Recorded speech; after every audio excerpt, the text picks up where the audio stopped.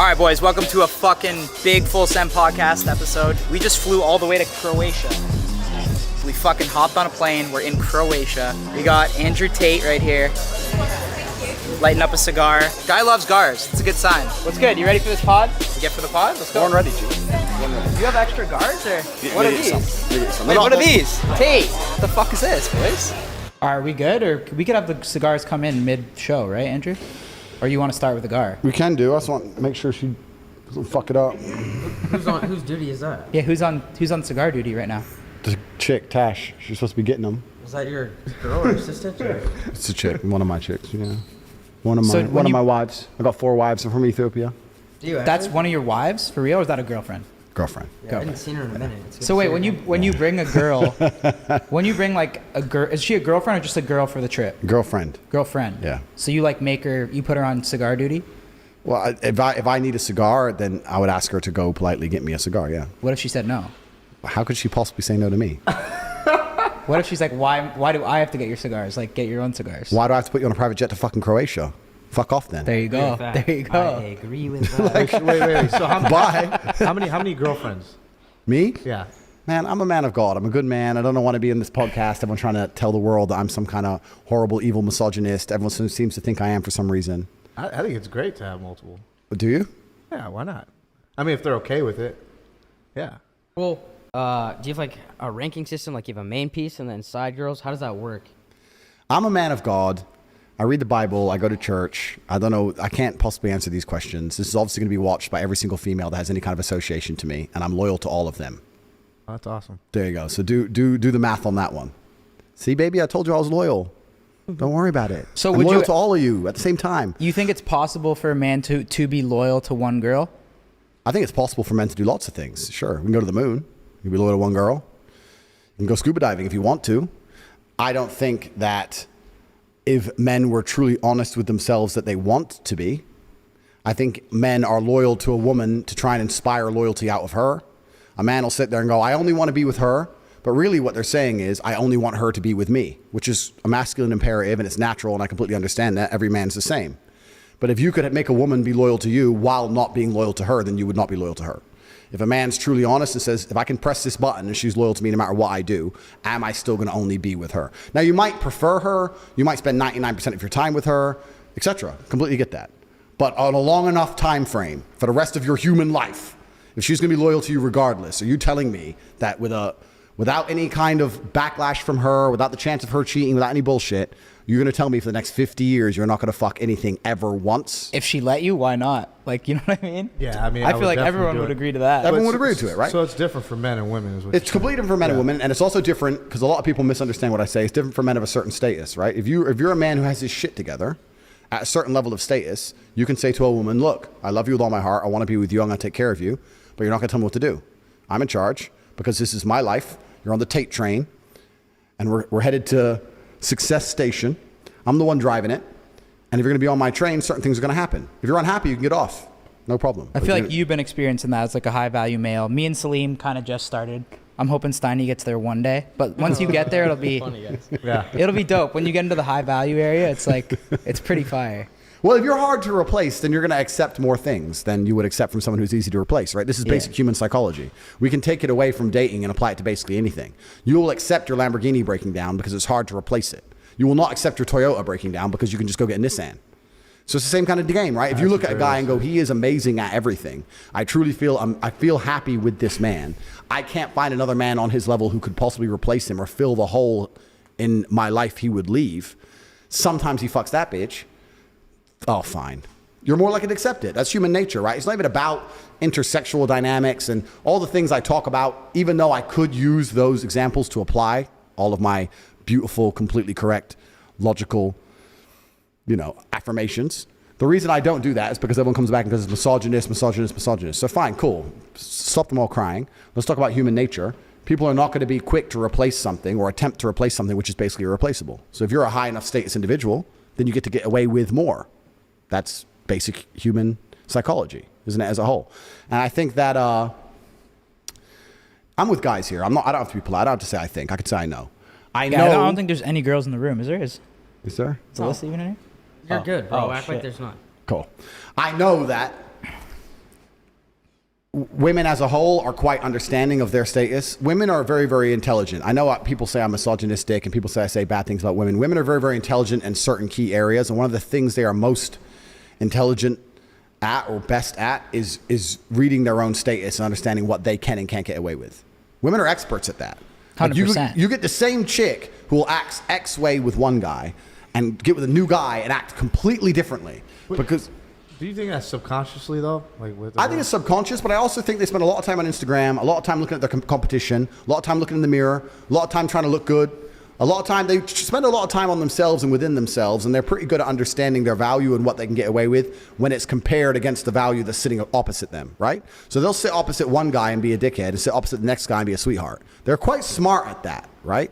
That's So facts. it's true. So I think that most women actually, if they get with a guy who they really know has his shit together, they're not going to sit there with that guy and say, listen, you better not, because they're like, if I talk to him that way, he's definitely going to do it. Yeah. So they're going to come at a different angle. It would really hurt me if you, and then once they say it would really hurt me if you, then you can apply counters to that in different ways. You can just simply ask, why would that hurt you? Well, if you're fucking all these bitches, how do I know I'm special? So the only reason you know you're special is because I'm sexually exclusive. So if you knew you were special with something else, perhaps you did something else with me, or I did something else with you that I don't do with anybody else, and you would know you were special. So what you worried about me fucking that bitch for? And it can't be that logical because females are not that logical. You can't explain it that way. But I'm saying if you're with a woman long enough and you have frame and you have influence over her and you understand these basic paradigms and you mention them in the correct conversations at the correct way in the correct frame, over time, they'll learn to accept it. I say this and people completely have a meltdown. I don't know why people have a meltdown. It's facts. It's facts. You think any of these dudes you think any of these rappers fucking all these girls, the girls are telling them, you better be loyal. You better be loyal. No, but why? Fuck no. Because of his status. Because they don't want to be left. Because they know he'll just say no, bye. So they just don't, they're like, okay, look at me in the mirror. Can I be replaced? Yes. Can he be replaced? Not easily. Fuck, I got to take this deal. That's the game. And that's human psychology. You can apply that to anything. You can apply it to the fight game. There's an A side, B side. Human relationships, there's an A side, B side. Business deals, there's an A side, B side. Someone's got to fucking take the B side. So the way you're saying, someone's got to lose. Yeah. To a degree. To a degree. Yeah. But this is the thing about relationships, because we can talk about relationships as a whole. Everyone says what I say is crazy. All I say is that love is real. Men and women should be in love. A man can be completely in love with a woman and care about her and still sometimes fuck something else. like the higher your status, the more you can get away with, because that girl's so afraid to lose that, so you can do whatever you want. Bro, it's the same. But it's the same with anything. Yeah. Is it like buy a McLaren? It's not going to work for half the year. They're fucking nightmares, but they're McLarens, so it's just a game.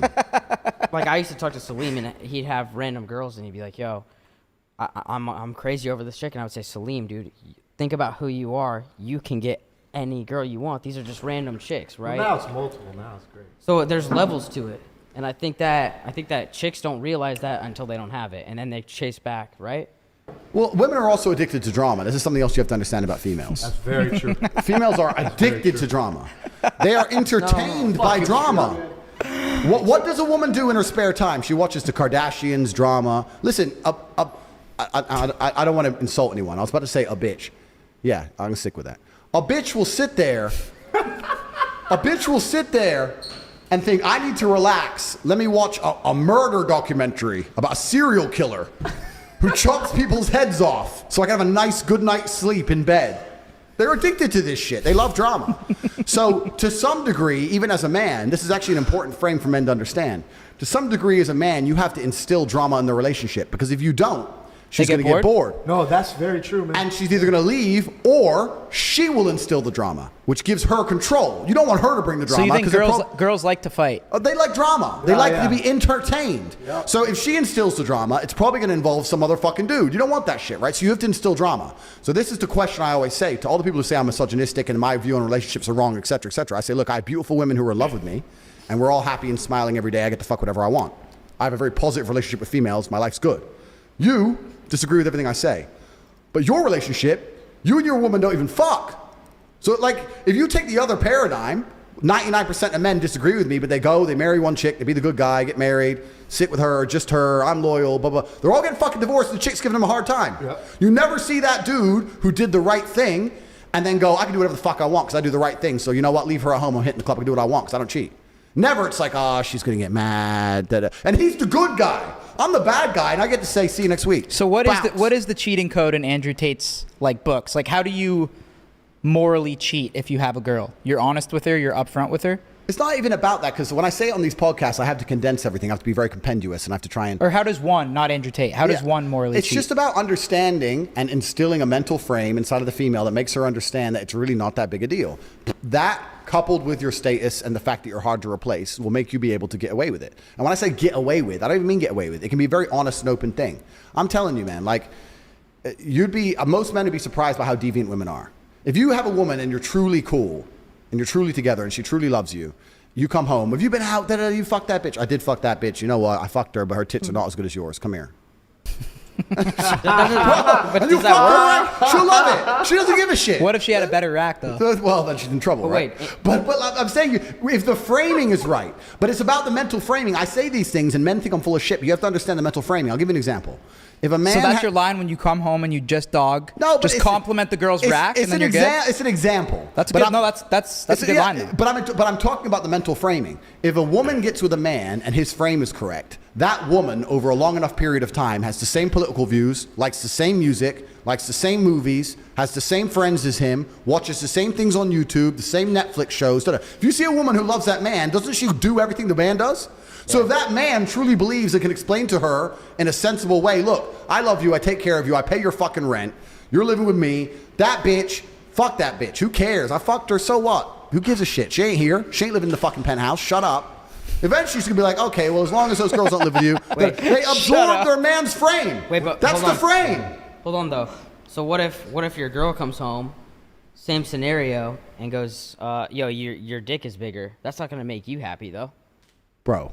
Okay, so this argument is one I've heard so many trillion times. They say, well, if you can do that, why can't the woman do that? And I can answer it in so many different ways. Give your harshest way. Yeah. I can give, my harshest way is that it goes against the will of God and nature.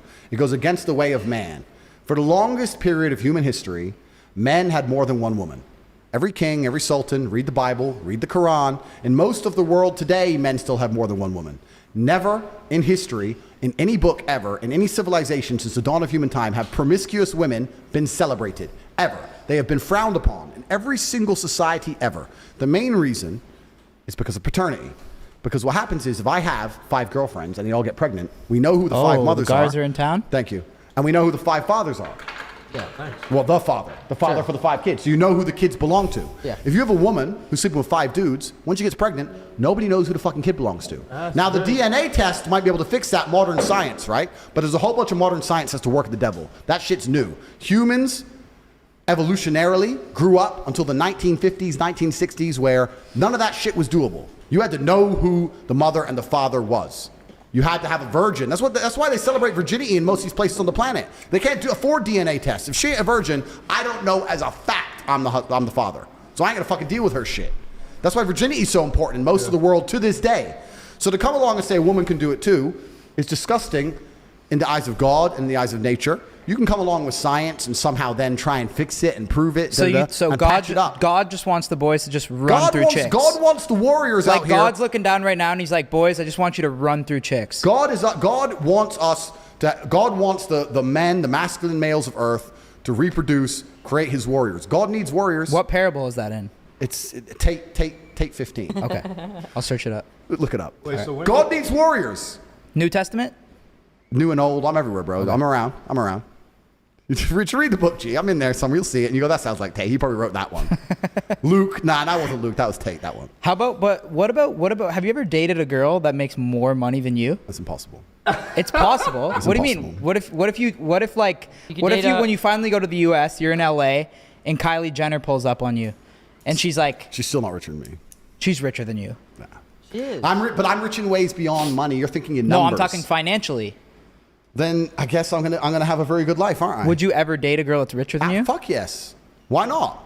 Would you let her pay bills? I spent most of my life dating girls who were richer than me. Like, for a long time, I had no money, and I'd date a bitch and she might have more money than me. That was no problem for me because I was still in control. I was still in charge. Masculine frame is not all about money. The idea that it's all money is not true at all. Right? I did very, very well in my life when I had no money, and I was a professional fighter and I was on the way up and I was fighting and I didn't really have that much money, I did fine. So what if you're... there are dudes in New York right now selling CDs on the street with like 4 girlfriends and they're just tearing through pussy. Everyone knows it. They're Even fucking the CD everyone's wife guys? on the slide. They're doing fine. So it ain't just about But then money. what leverage do you have over them if you're not taking care of them? Like, what if Kylie Jenner's like, what the fuck? Like, you're on my jet. It's bigger than yours. Like, you can't fucking cheat on girls now. If I'm or on would that, you just dip at that point? If I'm on that jet, it's my jet. Oh my It's your God, jet? Oh my God. If I'm on her jet, then it becomes my jet. What if it says Kylie Skin on the outside Doesn't of the matter jet, though? because if she's my chick, Do you then make her pull off the decal? No, she can keep it. But if she's my chick, then she's mine. So her things are now mine. It's my jet, my house. This is my jet. Young lady, sit down. Be quiet. It's gonna be fine. Don't worry about it. I fucked Hannah Montana, whoever. It's gonna be okay. Like, so there might be some celeb beef there, but it's not just about money. I want people to understand it's not just about money. Because I have money is not the reason I say these things. Frame in and of itself is not just about cash. But do you think you could pull that off with a boss bitch, is what I'm saying? Well, this is interesting, right? So now we can apply this to the things I've been saying. That'd be a true test. Now we can apply this to the things I've been saying. Someone like Kylie Jenner is far more difficult to replace because Right. she's more scarce. Right. So then she would be able to turn around and try and play the same game back with me. I'm not saying that it's all a game and it's all just like a chess match and those kind of things. I'm saying these are the basics of human dynamics and human nature. And that someone like Kylie Jenner can have anyone on the planet and there's only one of her. I want to actually say something quickly before we go into this. I'm new to being big on the internet. I really don't even know what Kylie Jenner looks like. Wait, is Kylie Jenner That's a dude? cap. Is Yeah, that that's a dude? cap. That's cap. Is Kylie Jenner the That's dude? huge cap. Is Kylie Jenner a guy? You have to be capping. That's a huge cap. Who's the guy? You just brought up Caitlyn. Keeping Up with the Kardashians. Yeah, but who's the dude one? Caitlyn. Oh, okay, fuck, thank God. I thought you were setting me up. That's the hottest I thought you one. were setting me up saying I'm talking about a dude. All right, okay. Kylie Jenner. Kylie's like slightly less hot than Caitlyn. Okay. Yeah. Okay. So, yeah, obviously it would be a slightly different dynamic. But I'm not saying that. But who is she dating now? I don't Travis know. Scott. Okay, is he loyal? I don't know. I think he dogs. Probably not. He probably dogs. What do you think? Do you know who Travis Scott is? I don't know these people. So I don't know these people. But what I'm saying is that at a certain level of masculine frame, I think most women are kind of like, don't tell me about it. I don't want to know about it. Just do your thing. Please love me. I love you back. Boom. And most women will agree with this. I say this to girls all the time because I say these things and girls say, my man would never cheat. My man doesn't cheat, blah, blah, blah. I say, go into his room and demand to see his phone. And no matter what excuse he gives you, don't buy it. Demand to see it. Why do you want that, though? Why would you do your boys like that? No, because exactly. Why'd you do your boys like that? Because what's on the phone?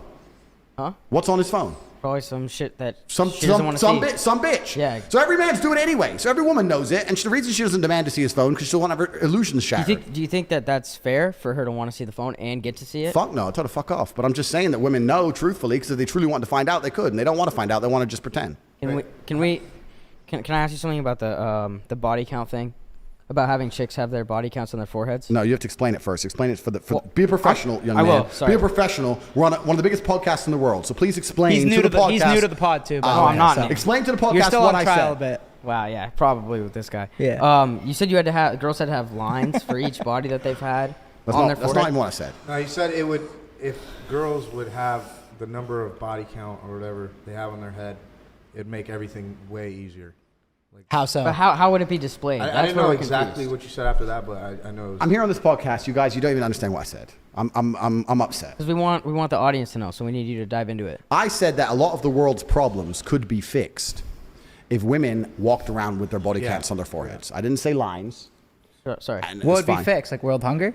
Everything will be fixed, bro. I'm But talking why? about society at large could benefit from that scenario. What How does so? what does that fix? Because you have to extrapolate it. You have to extrapolate it and look at it the meta point. If women can't just sleep with anybody and everybody because they're going to be known for it and shamed for it, they're going to be very, very selective with who they sleep with. If they're very, very selective, then men are going to have to be very, very, they're going to have to be very, very hardworking and very, very dedicated to becoming a man worth sleeping with. So now men are going to be more honorable. Men are going to try harder. Men are going to be more interested in making sure that they're a person who's upstanding in society. Women are going to be very selective who they choose. They're more likely to stick with a guy through thick and thin because they don't want to add a new number to their head. Families will return. Families are an extension of society as a whole, right? It's family, then it's town, then it's city, then it's state, that makes somewhat sense. No, then I it's the disagree. country. They should make a Black Mirror episode about that. They should try it. I disagree. Of course you disagree. But I'll tell you why. Tell me why. Because it's different. Like if you're looking for a one-night stand and one chick has 3 bodies and one chick has 50, the chick with 50 is going to give you a way freakier night than the chick with 3. So I'd maybe go with the girl with 50. You're going to walk around looking for chicks thinking, I want one that smells For a of dick. one-night stand, though. I want one who's been plowed. Who's gonna give you a freakier Yeah, I night? wouldn't Yeah, want Steiny, that. I wouldn't want that. I don't G. think For anyone a one thinks night like that. stand. Any Okay, guys two would want bodies. that. Two bodies. Are, Yeah, fucking, you can give me a virgin for a one night Who the hell stand. goes Yes, for the sir. girl with the higher body Bro, it's count? fresh puss. Yeah. That's Okay, a- that's a yeah, weird but then there's a take lot right more. there. There's a lot more like bullshit behind the scenes that you guys probably aren't. Has thinking anyone about. ever heard that? I would never. You don't understand the logic. If a girl had 100 bodies or 200. Okay, so if she has I would never one, fuck her. if she has one, and then another chick has 10, who would you rather One. smash? One. All day. Okay, What's well, wrong with you, you guys bro? just don't get freaky, I guess. Obviously, it's Well, I mean, But it's not about. I don't think it's freaky. about I mean, if you want chicks who smell a dick, that's your thing. But that ain't my thing, and I don't think it's most men's thing. Men That are- was a wild take, Men bro. are interested in men are interested in innocence. It's Yeah. innocence that men find appealing. This is what most 100%. people don't understand. Yeah. Women don't even know what men find attractive. What actually amazes me is that women go through the world and they're so concerned with how they look, but they have no understanding on a basic level of what men find attractive in women. And I know that for a fact because every single time I sit with a chick and talk to her, especially for the first time or on a date or something, she's saying always completely the wrong thing. She's saying exactly which makes me less attracted to her. The fact she's still hot will get her through it. What's the worst thing a woman can say on a first date? The worst thing is it's just basic things they don't think about, right? Like, what's the worst thing they could say on the Oh, first I date? mean, there's a bunch of dumb shit they could say, but within a realistic frame, I don't know. But it's all bad. I'll tell you why. It's all bad. Women will sit there and do something they think is innocent. They'll talk about traveling. I've been to here and I've been to there and I loved when I saw this. My favorite place is this. Da-da. When you sit with a dude on a first date and tell him how many places you've been, all he's thinking is you've been fucked. Yeah. You've been Yeah, fucked by who paid for that? Yeah, who paid for that? Yeah, Oh, yeah. nice hotel, bitch. Like it's bullshit. Like shut the fuck up. And on top of it, men want innocence, and the reason we find innocence attractive is because we want to be the female's portal to the world. Yeah. If I meet a woman, You want to hear they've never been anyway. never. I will show you the world. 100%. The first private jet you get on will be mine. You've ever been in a Lambo? No, you're getting my one first. I'm going to Yes. show you brand new experiences. If I sit there with some bitch and she's like, I've been there, I've been that. I went to this party. My friend has a jet. I was in this Lambo. Da, da, da, da. And you're just like, shut the fuck up. There's nothing less attractive because we want to be their portal to the world. The reason women don't understand this is they sometimes think, especially if they're sitting with a G, like if they're sitting with a guy like me, they feel like they have to prove themselves by pretending they've been with other ballers, right? They don't want to sit there with a man like me and go, oh, I've never been into a restaurant like this. I wish they would say that. That's the most fucking attractive thing they could say to me. But instead they'll say, yeah, I've been here, and my friend, and I did this. And They they're talking drop, about this all the- they drop Dubai and then it's over, They start right? dropping about fucking other shit that That's they did when with you their walk makeup. If they say And- Dubai, you got to get the check right away. yeah, it's just like, shut up. But they don't. So women don't even know what men find attractive because we're interested in innocence. So he's talking about body counts. It's not even just about the freaky, da-da-da. I'm interested, if I have an experience with a woman, whether it's sexual or non-sexual, I want to be her portal to the world. I want to be the person who shows her something for the first time. I don't want to fuck a bitch who's been fucked every way she can be fucked. Why do I want to, like, well, I have to invent something new now? Backflips? Like, I can do it. I can do it. Maybe he's doing backflips. I don't know. But to me, that's not appealing. You're missing the point. That is, but yeah. that is true. That is true. I think girls do think it is symmetrical. That like Oh, man, guys and girls like the same thing. Girls, I don't and why you they know, think you know that. what's worse about chicks on dates? I can don't talk know why about the chicks fuck on they dates think for a that. long time. I don't know if I'm allowed to smoke or not, but I don't really listen. Who gives a fuck? All Yeah. right, you're cool, good. You guys want to let us Shout out know? to Let's Yacht all- let's Week just for all letting do us smoke in this hotel. Yeah. Here, pass them around. Kyle, Thank let's you, just all Yacht do Week, it. for getting us Pass this them around, smoking pass them permit. around. No, this is gonna be So- amazing. Where they at? I can talk about chicks on dates for a long time. What Because was they're your fucking, the worst date you've ever been on? they're honestly? fucking awful. Well, can you give us a strategy then? The worst date. We need to Like, cut them and shit. Got a cutter. I got a cutter, it's just there. Can you give us a strategy on how to have a But successful first, first me date? Stein, you wanna cut them up? complain about all the things women do. So first they talk about traveling, which they need to not do because men don't want to hear that. Another thing women do, you know what? Another thing men hate. This is for all the chicks watching this. You know another thing men hate. We hate those social bitches. You know what I'm saying? You meet a girl for the first time, right? First time. Going? Here's a test where you meet a bitch for the first time. Say, what are you doing next week? Correct answer. Oh, nothing, just home. Attractive. That's what I want to hear. You ain't been nowhere. You don't go nowhere. Just home.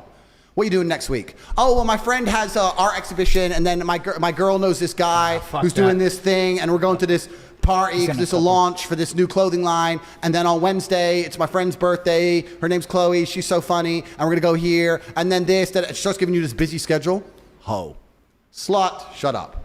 Unattractive. Don't want to hear it. You're a hoe. You've been too many places. You're not home enough. You're not reading the Bible. Uninterested. Busy bitches, social bitches, unattractive. Next thing that's unattractive that women do is when they fucking say So you hello. think all social bitches are fucking though? I'm not What about if they're they're fucking. what if they're out there just grinding? It's about that men don't want that. I'm talking about pure just attraction. She could be an innocent angel doing all these things. The fact that still she's going to sit there with me and start talking about all these places she goes, I don't want to hear that. I want to hear innocence, purity, sit at home, don't do shit. I don't like when they're sluts, but I kind of find it hot when they have their own shit going. You have her own shit going from home.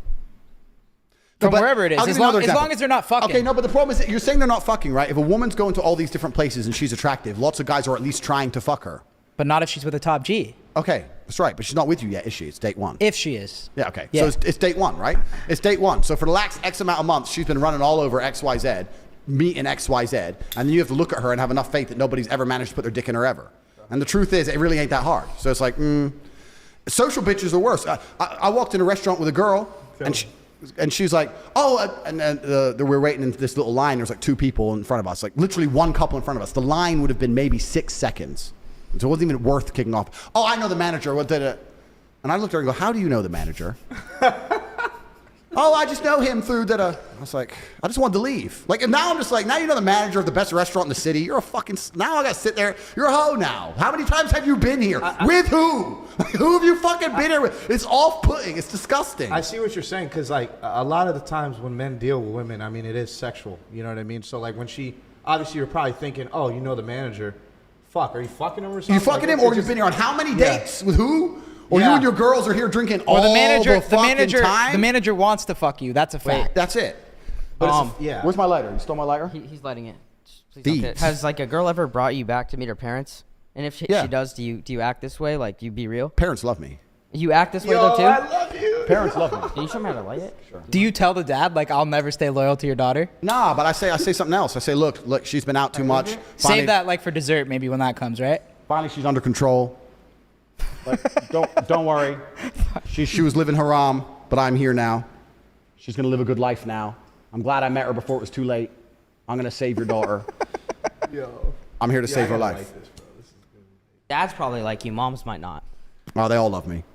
You're low-key a lover boy inside, I feel like. No, But you just I don't believe show in it. I believe in love and that. I'm just Yeah, you're a big cuddler, low-key. You like cuddles, yeah. completely. I'm a nice guy. Yeah. But all I'm talking about is just the things women do on dates that are unattractive. And I'm just saying that women do so much shit's unattractive. And usually, it's 99% of the time they're talking. They're just saying unattractive shit, talking about where they've been, da-da-da. And this goes back to the meta point that we want to be their portal to the world. We want innocence. It's what men are biologically attracted to. So if any woman out here is watching it, roll it sideways. It's a DuPont. Roll it sideways. DuPont, Salim. Fuck is this? Sideways. It's a DuPont, bro. From the middle of the lighter, roll it sideways. Down. No, lower. In the middle of the lighter. That's it. So, I'm telling this for all the chicks who watch the podcast. Let's say you're going on a date with a guy and you really want to get him. You ain't been nowhere. You ain't done shit. You're an undiscovered diamond. I don't know. I've never been to a place like that. Oh, how do I open the car door? I don't know how Lambo car doors work. Oh, I've never done this. I've never been there. I've never been on holiday. That's what a man wants to hear. He does not want to hear the story. Oh, yeah, I went there once and me and my friends, all 4 of us went there because it was our party. And shut the fuck up. It's unattractive. But wait, how do you... And women don't know this. Women don't know this because they'll say all this shit and the man will still bang them. So they think they did good on the date. Oh, he banged me. Well, no, he was going to bang you anyway, no matter what you said. But if you want him to love you, you need to learn to shut the fuck up. This is true because men find innocence attractive except for him. Do you think it's harder to... I'd agree with men find innocence attractive. That's... Yeah. But do you think it's... I didn't even actually realize that until you said it. Would you, when you go on a date with a chick, would you rather hear her say, I've never been to the club ever, or I go to the club every weekend? Obviously never been to the But do you club. think it's harder to find hot girls in that situation? Oh, it's certainly harder to find innocent hot girls because hot girls are absolutely and utterly corrupted because they're corrupt, because they're an asset that men try and corrupt. Men try and find hot chicks and show them the world. Yeah. So you have to be there first, right? It's not easy to do. I'm not saying that it's easy. I'm saying do you it's get what there first, though? How do you get there first? You just got to be a G about it. There are the odd ones. You can find the odd one who's a bit older, who hasn't had too much experience in life or sat around with some dork for a while or whatever. But in general, this is also one of the reasons men find youth attractive. You want to blow up the internet? I'll blow up the internet right fucking now. The reason 18 and 19-year-olds are more attractive than 25-year-olds is because they've been through less dick. I'll say this right here on the fucking internet. I don't give a shit. People will sit there and go, oh, you can't say that. Yes, I can. A 19-year-old is more attractive than a 26-year-old woman, and I'll tell you why. Because that 26-year-old has talked to more guys, been to the club more times, been more places, been fucked and dumped more times, more arguments, more heartbreak, more bullshit, more mess for me to clean up. Whereas a 19-year-old might have had one guy from high school, just broke up, she's fresh, and I can fucking put my imprint on her and make her a good person, and without her having to go through all that detriment to learn about life. So what's your key age range? 19 to... It's not just about the age range. Just the example. No, I know, but what's your preference? I mean, hot girls are hot girls, Yeah. right?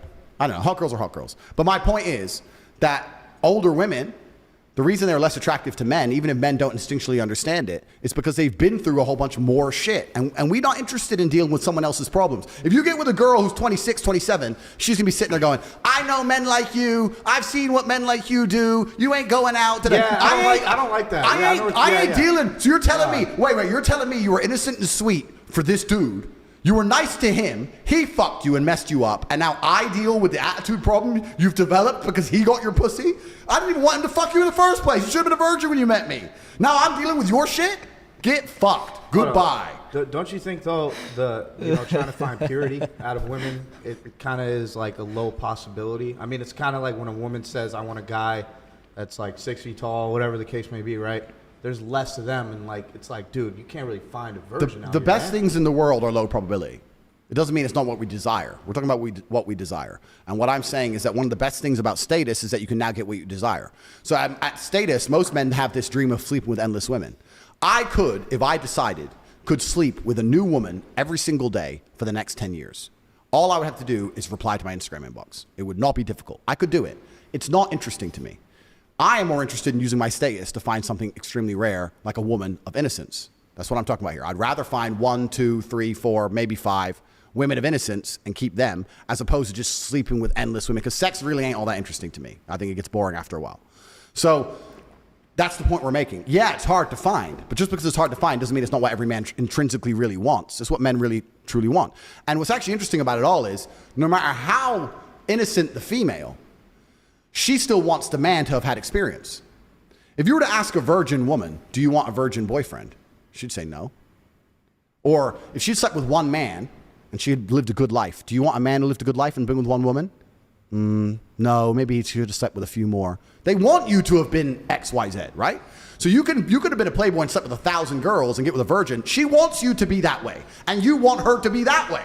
It's fine. That's how it's supposed to work. The reason it's all fucked up now is you got women out here who slept with 100 dudes, sleeping with a guy who fucked like 15 chicks, and he wonders why he can't keep her under control. Well, of course fucking not. How are you going to pull that off? It's hard for guys. It's hard for dudes, man, because these chicks are just running through dick.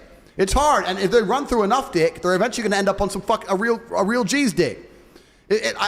We talk about, I get called a lot on the internet one of these red pill guys, and it annoys me because I'm not. What's that mean? Oh, this whole red pill manosphere. What does red pill mean? Oh, something about girls and dating and all this shit. I'm not one of them. But some of the things they say is true. And the point I'm trying to make is that if you get with a woman who slept with enough dudes, eventually some of those dudes are going to leave an imprint on her you can't fill. I be honest with you, I feel sorry for any man who's with any of my exes. You're going to come along, you ain't me, I could whoop your ass, she knows I could whoop your ass, you can't give her what I give her, you can't do what I can do, and now you're sitting there going, oh, I still love you. And the deepest, darkest night, she's laying there next to you going, you ain't Andrew. You just tried your very best. That's a good feeling, You man. just tried your very best, and that didn't feel like it when Tate did it. And that's it. So like it's like they're widowed in their mind, and you can't truly attach to them because part of them still belongs to someone else. This is what happens at true status. If I run through 10 chicks, I get to know I've ruined 10 wives, guaranteed 10 divorces, guaranteed, because whoever she marries, she will not be happy with because she will dream of me for the rest of her fucking human existence, guaranteed. That's how it gets. You get to that point at a certain status of man. How do you get to that point? You got to get your shit together. How many push-ups you done today? None. The fuck? Why ask me stupid questions? How many have you done? Bro, I do I'm ready. I live ready. I do push-ups in my sleep. How many push-ups do you do a day? I don't really train the gym too often. I do like 500, 1,000 push-ups a day. If I'm ever on the computer, I set myself little targets. So if I'm on the computer and I'll set a time, or I'll say when this song ends or whatever mentally, and then I'll just drop and do as many as I can. You try to do a 500 to 1,000? 500 to 1,000 a day, yeah. I could do How many can 500 you a day. bang out in one set? 100, 150. Wow.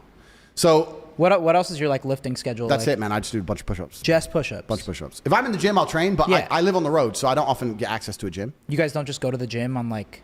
Well, if I stay in a nice hotel, there'll be gyms, but I do Yeah. lots of like car rallies and shit. I'm on the car, or I'm about to be on a boat for a week, and this kind of shit's hard, right? But you can easily So what, you find must time. diet really good then, no? Not really. You eat whatever the fuck you want? I eat basically whatever I want, drink a lot, smoke a lot. Damn. Yeah, but like 1,000 push-ups a day is enough if you actually just a drop. And this is another thing that we can go into another point, a meta point. Is that really the key? Like just doing push-ups? Yeah, but you have to live with competitive males. This is another point it's kind of related to what I was going to say. One of the reasons my life's so fantastic and I'm such a high-performing human being is because I live with other competitive men. You are the sum of the 5 people you spend the most time with.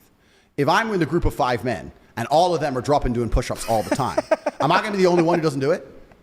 That's so funny. I'm asking. No, a genuine it's question. true. If everyone starts busting out push-ups, drop. am I going to be the only guy who goes, "Oh, my arms are tired," like a bitch? If I hung with you for 5 days and you boys are just ripping push-ups, you're going to to start doing them, right? Yeah. Now, if we're doing more than you, you're going to try and beat us. Yeah. So you're going to do as many as you can. No, of course. You are who you're around in every situation. That's right. So life. if I'm rolling with people and we're all in constant competition, then you're going to stay a competitive male. So the reason it's easy for me to do push-ups is because I think healthy competition is the key to everything. It's the key to masculinity. Men, for the longest human period of time, were in gangs or armies. This is how we've always been. So if my brother, who's bigger than me, drops and starts doing it, well, I'm going to sit there and go, "Oh, I don't feel like it." So you have to be competitive. This is another thing that actually ties into things we're talking about, where it's actually detrimental when women and men live together completely and exclusively. Women always say this. When women get a real G, they try to attach themselves to you. Don't live with your boys anymore. Live with just me. Come on, we'll be a real couple, blah, blah. And I understand why they want that, because they want to remove you from all the bullshit they're afraid of, right? The girls, the parties, the fun. They want you to completely rely on them so they have power and control over you. But if you live exclusively just with a chick, you are not going to be as competitive as a man. So it's not smart. It's not, well, it's going to make her happy. That's fine. But I'm talking about purely emotion out of it logically. You're not going to be as competitive as a man as if you live with your boys who are competitive. If you're training for a fight, you don't live with just your chick, you live with a bunch of men. Trainers, It's done on purpose, right? If you're with your boys and you're all competitive, and it doesn't just have to be physical, you can be competitive with anything. If you live with 5 millionaires and they're telling you every day how much money they're making, you're going to be really pissed off being broke. You're going to be furious. Yeah. You ain't going to have it. 100%. But if you're living with your chick and you're broke, but she cooks for you, she sucks dick good, you watch Netflix, you can get very, very comfortable very, very quickly with very, very little living with a chick. So there's another reason my life is so fantastic, is because if I had a woman, no matter how perfect she would be, I'd be like, "Look, I live with my brother and my cousin and my team. I live with you sometimes. Yeah, I stay with you sometimes, but I'm with them because I must compete against them. Because competing against them means I automatically compete against the world and I automatically win because I'm living with some of the most competitive people on the planet." That's how it goes. So there's another thing that ties into it, right? So the whole frame, what's actually also very interesting is, I need the lighter again, if you don't mind, my friend. The lighter? Where is it? Oh. Also interesting is, we're talking about status and how women love status, but are you going to be a high status man if you're not competitive? No. So you'll get a chick, you'll fall in love with her, you go, "This is a really good one, let me move in with her, let me do the right thing." You're going to live with her, and you're slowly, over a matter of time, years, months, whatever, going to fall off. And now there's other dudes out there who are hungry. That's true, man. Hey, bro, and then you're going to wonder why everyone's getting divorced. I'll tell you why, because you moved in with that bitch and got a belly, sitting around eating lasagna. That's why. I will say that's true. I mean, I had a girlfriend once, and I felt like I wasn't doing as much, but once it was over, it was game over. I was just going nuts. Oh, Croatia. All right, bro. All right, boys, we had to pause the pod for a sec. I'm watching this with you boys right now, too. This shit's fucking hilarious. We are dropping on fullsend.com. It's live right now. High-value male shirts. Absolutely fire. Limited stock. So if you guys want one, cop one right now really, really quick before they sell out. Fullsend.com. Let's get back into the pod. I find that very true, the falling off thing, because when you get too comfortable and you feel as if, like, you're content with life, like, especially with just another girl, it's gonna be hard. I mean, well, women want to make your life comfortable. A good woman, yeah.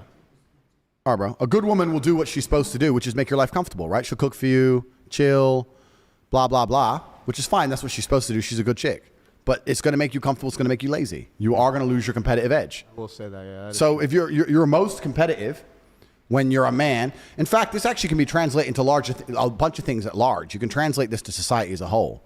You can translate this to basic things like fucking crime rates, G. You look at some of these countries in the world now where crime is getting out of control.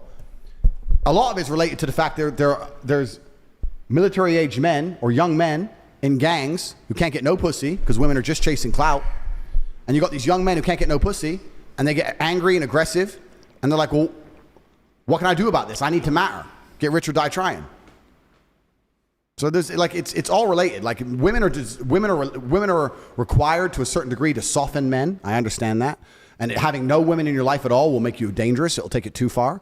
but you can't go too far the other way and just become fucking soft. Yeah. What's your thought on Islam and everything? Because I know in the Quran and stuff, like you could have up to 4 wives and stuff. So I've seen you talk about it a little bit, but I would like to know like what you think about it. I think it's the last religion on the planet. You think it's the right religion? I think it's the last religion. So if it's the last true religion on the planet, then it has to be the correct one. Because I don't think How is it the last one? It's the last religion because no other religion has boundaries which they enforce. If you will tolerate everything, then you stand for nothing. If your book says X, but you refuse to say the book says this, I'm sticking to what the book says. Doesn't matter what the subject is, right? I don't want to get us banned. I think everyone can work it out. If you're a Christian, 99% of Christians are ignoring every single rule inside the Bible every single day. Christians interpret the Bible, you're saying? Like they pick and choose what they want to stick with, they'll try and say, I interpret it differently. I believe in God, but I don't believe in that part. That's not what the book says. It doesn't say ignore half of me.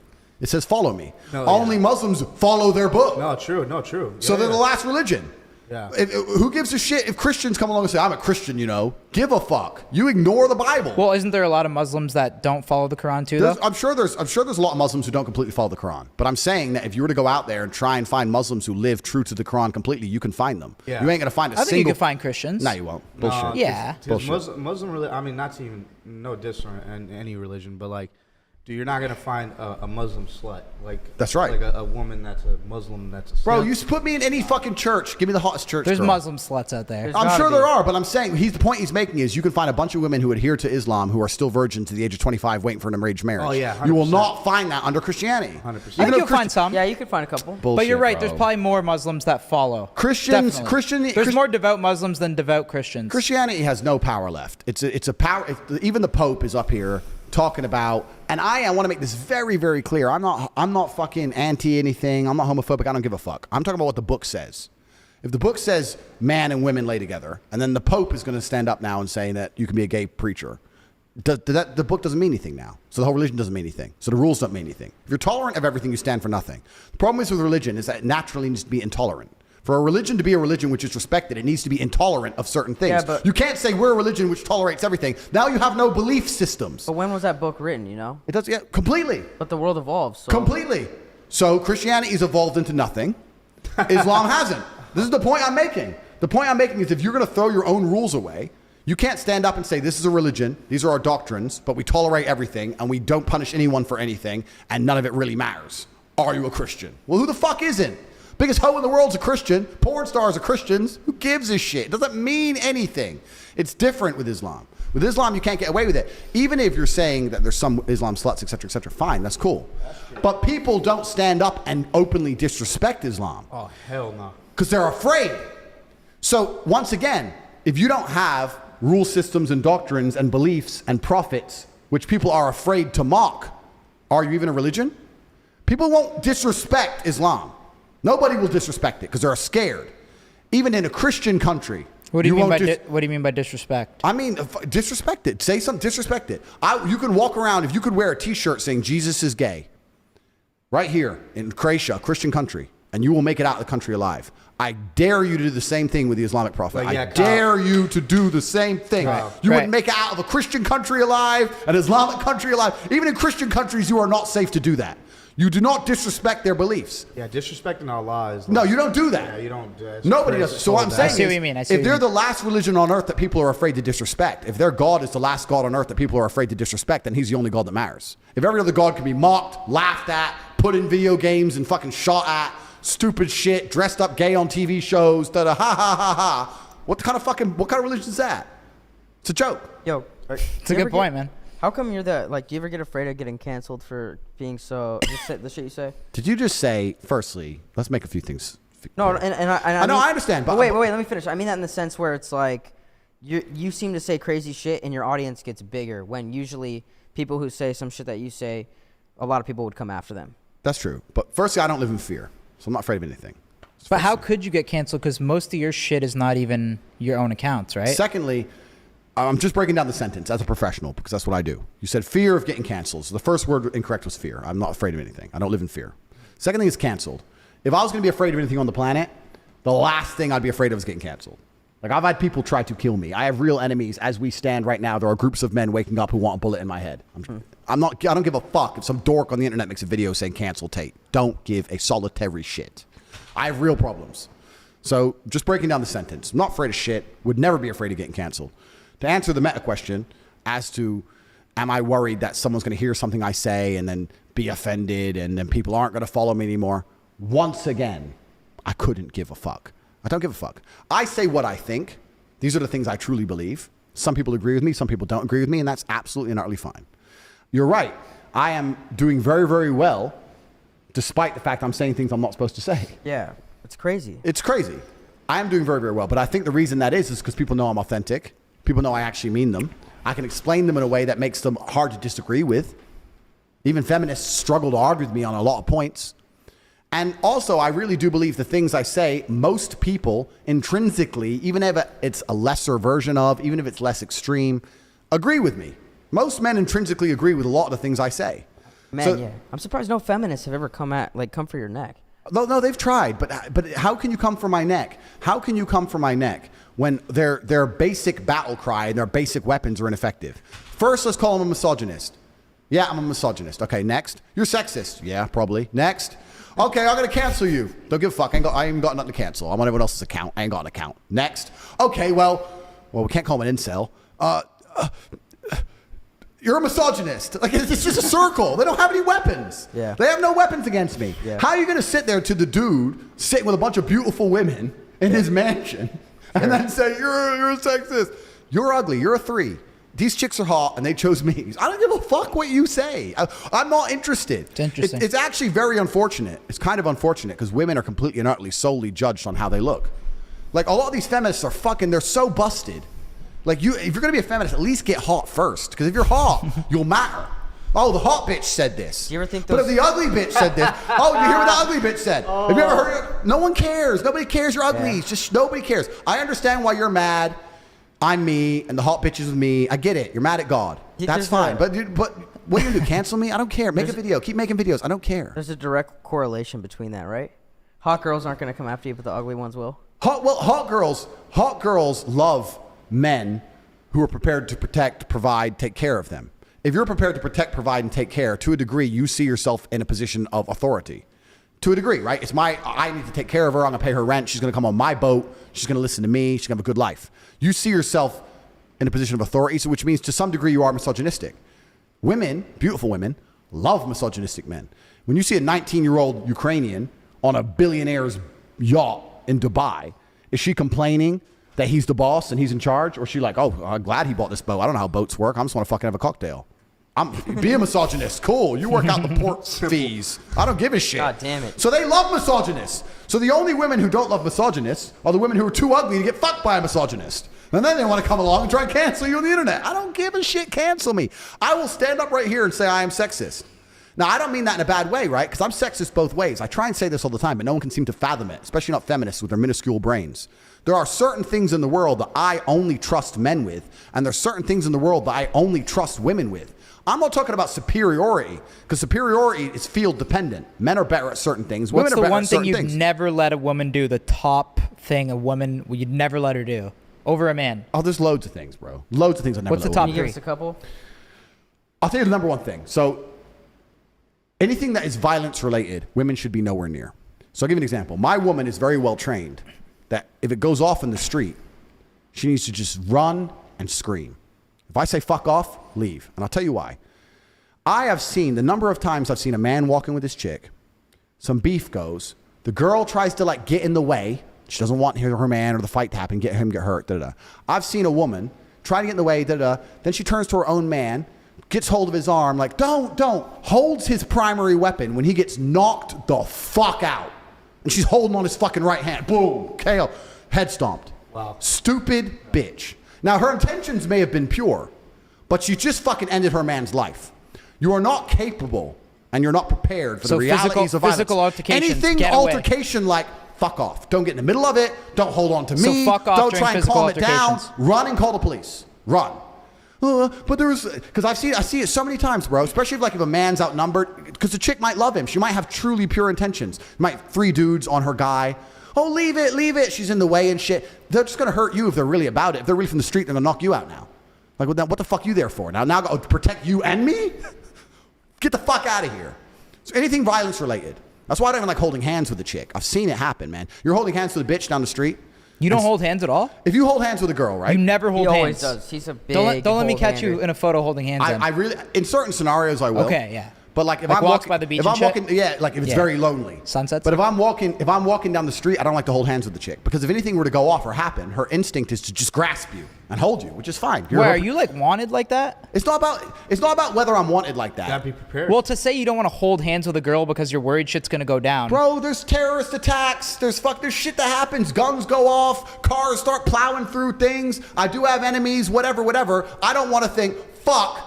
Oh, get the fuck off me. And then I don't have time. I don't have time for it. For what? Hold hands at home. We're walking now. Professionalism. We're walking somewhere. Stand there. If something goes off, leave me to deal with it. And I've seen women in situations where even when their intentions are completely pure, they're not just a neutral. They are a net negative.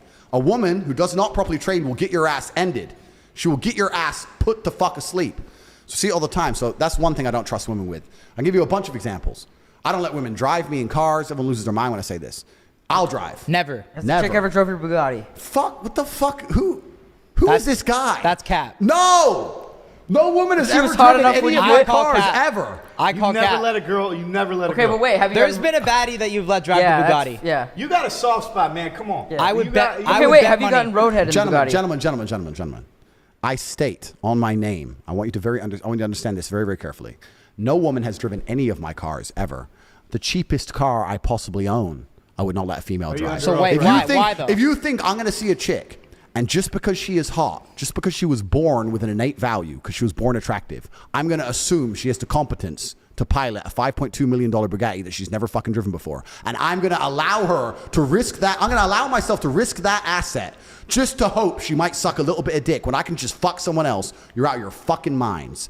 Would you let let them drive? Never. What about the lower? fucking Wait, never. wait. Kylie Wait, Jenner. no, wait, hold on. No. What about no. one of the lower end ones? Fuck. What no. about Danica Patrick? You just think they're gonna crash it? It's not. I think they're gonna crash it.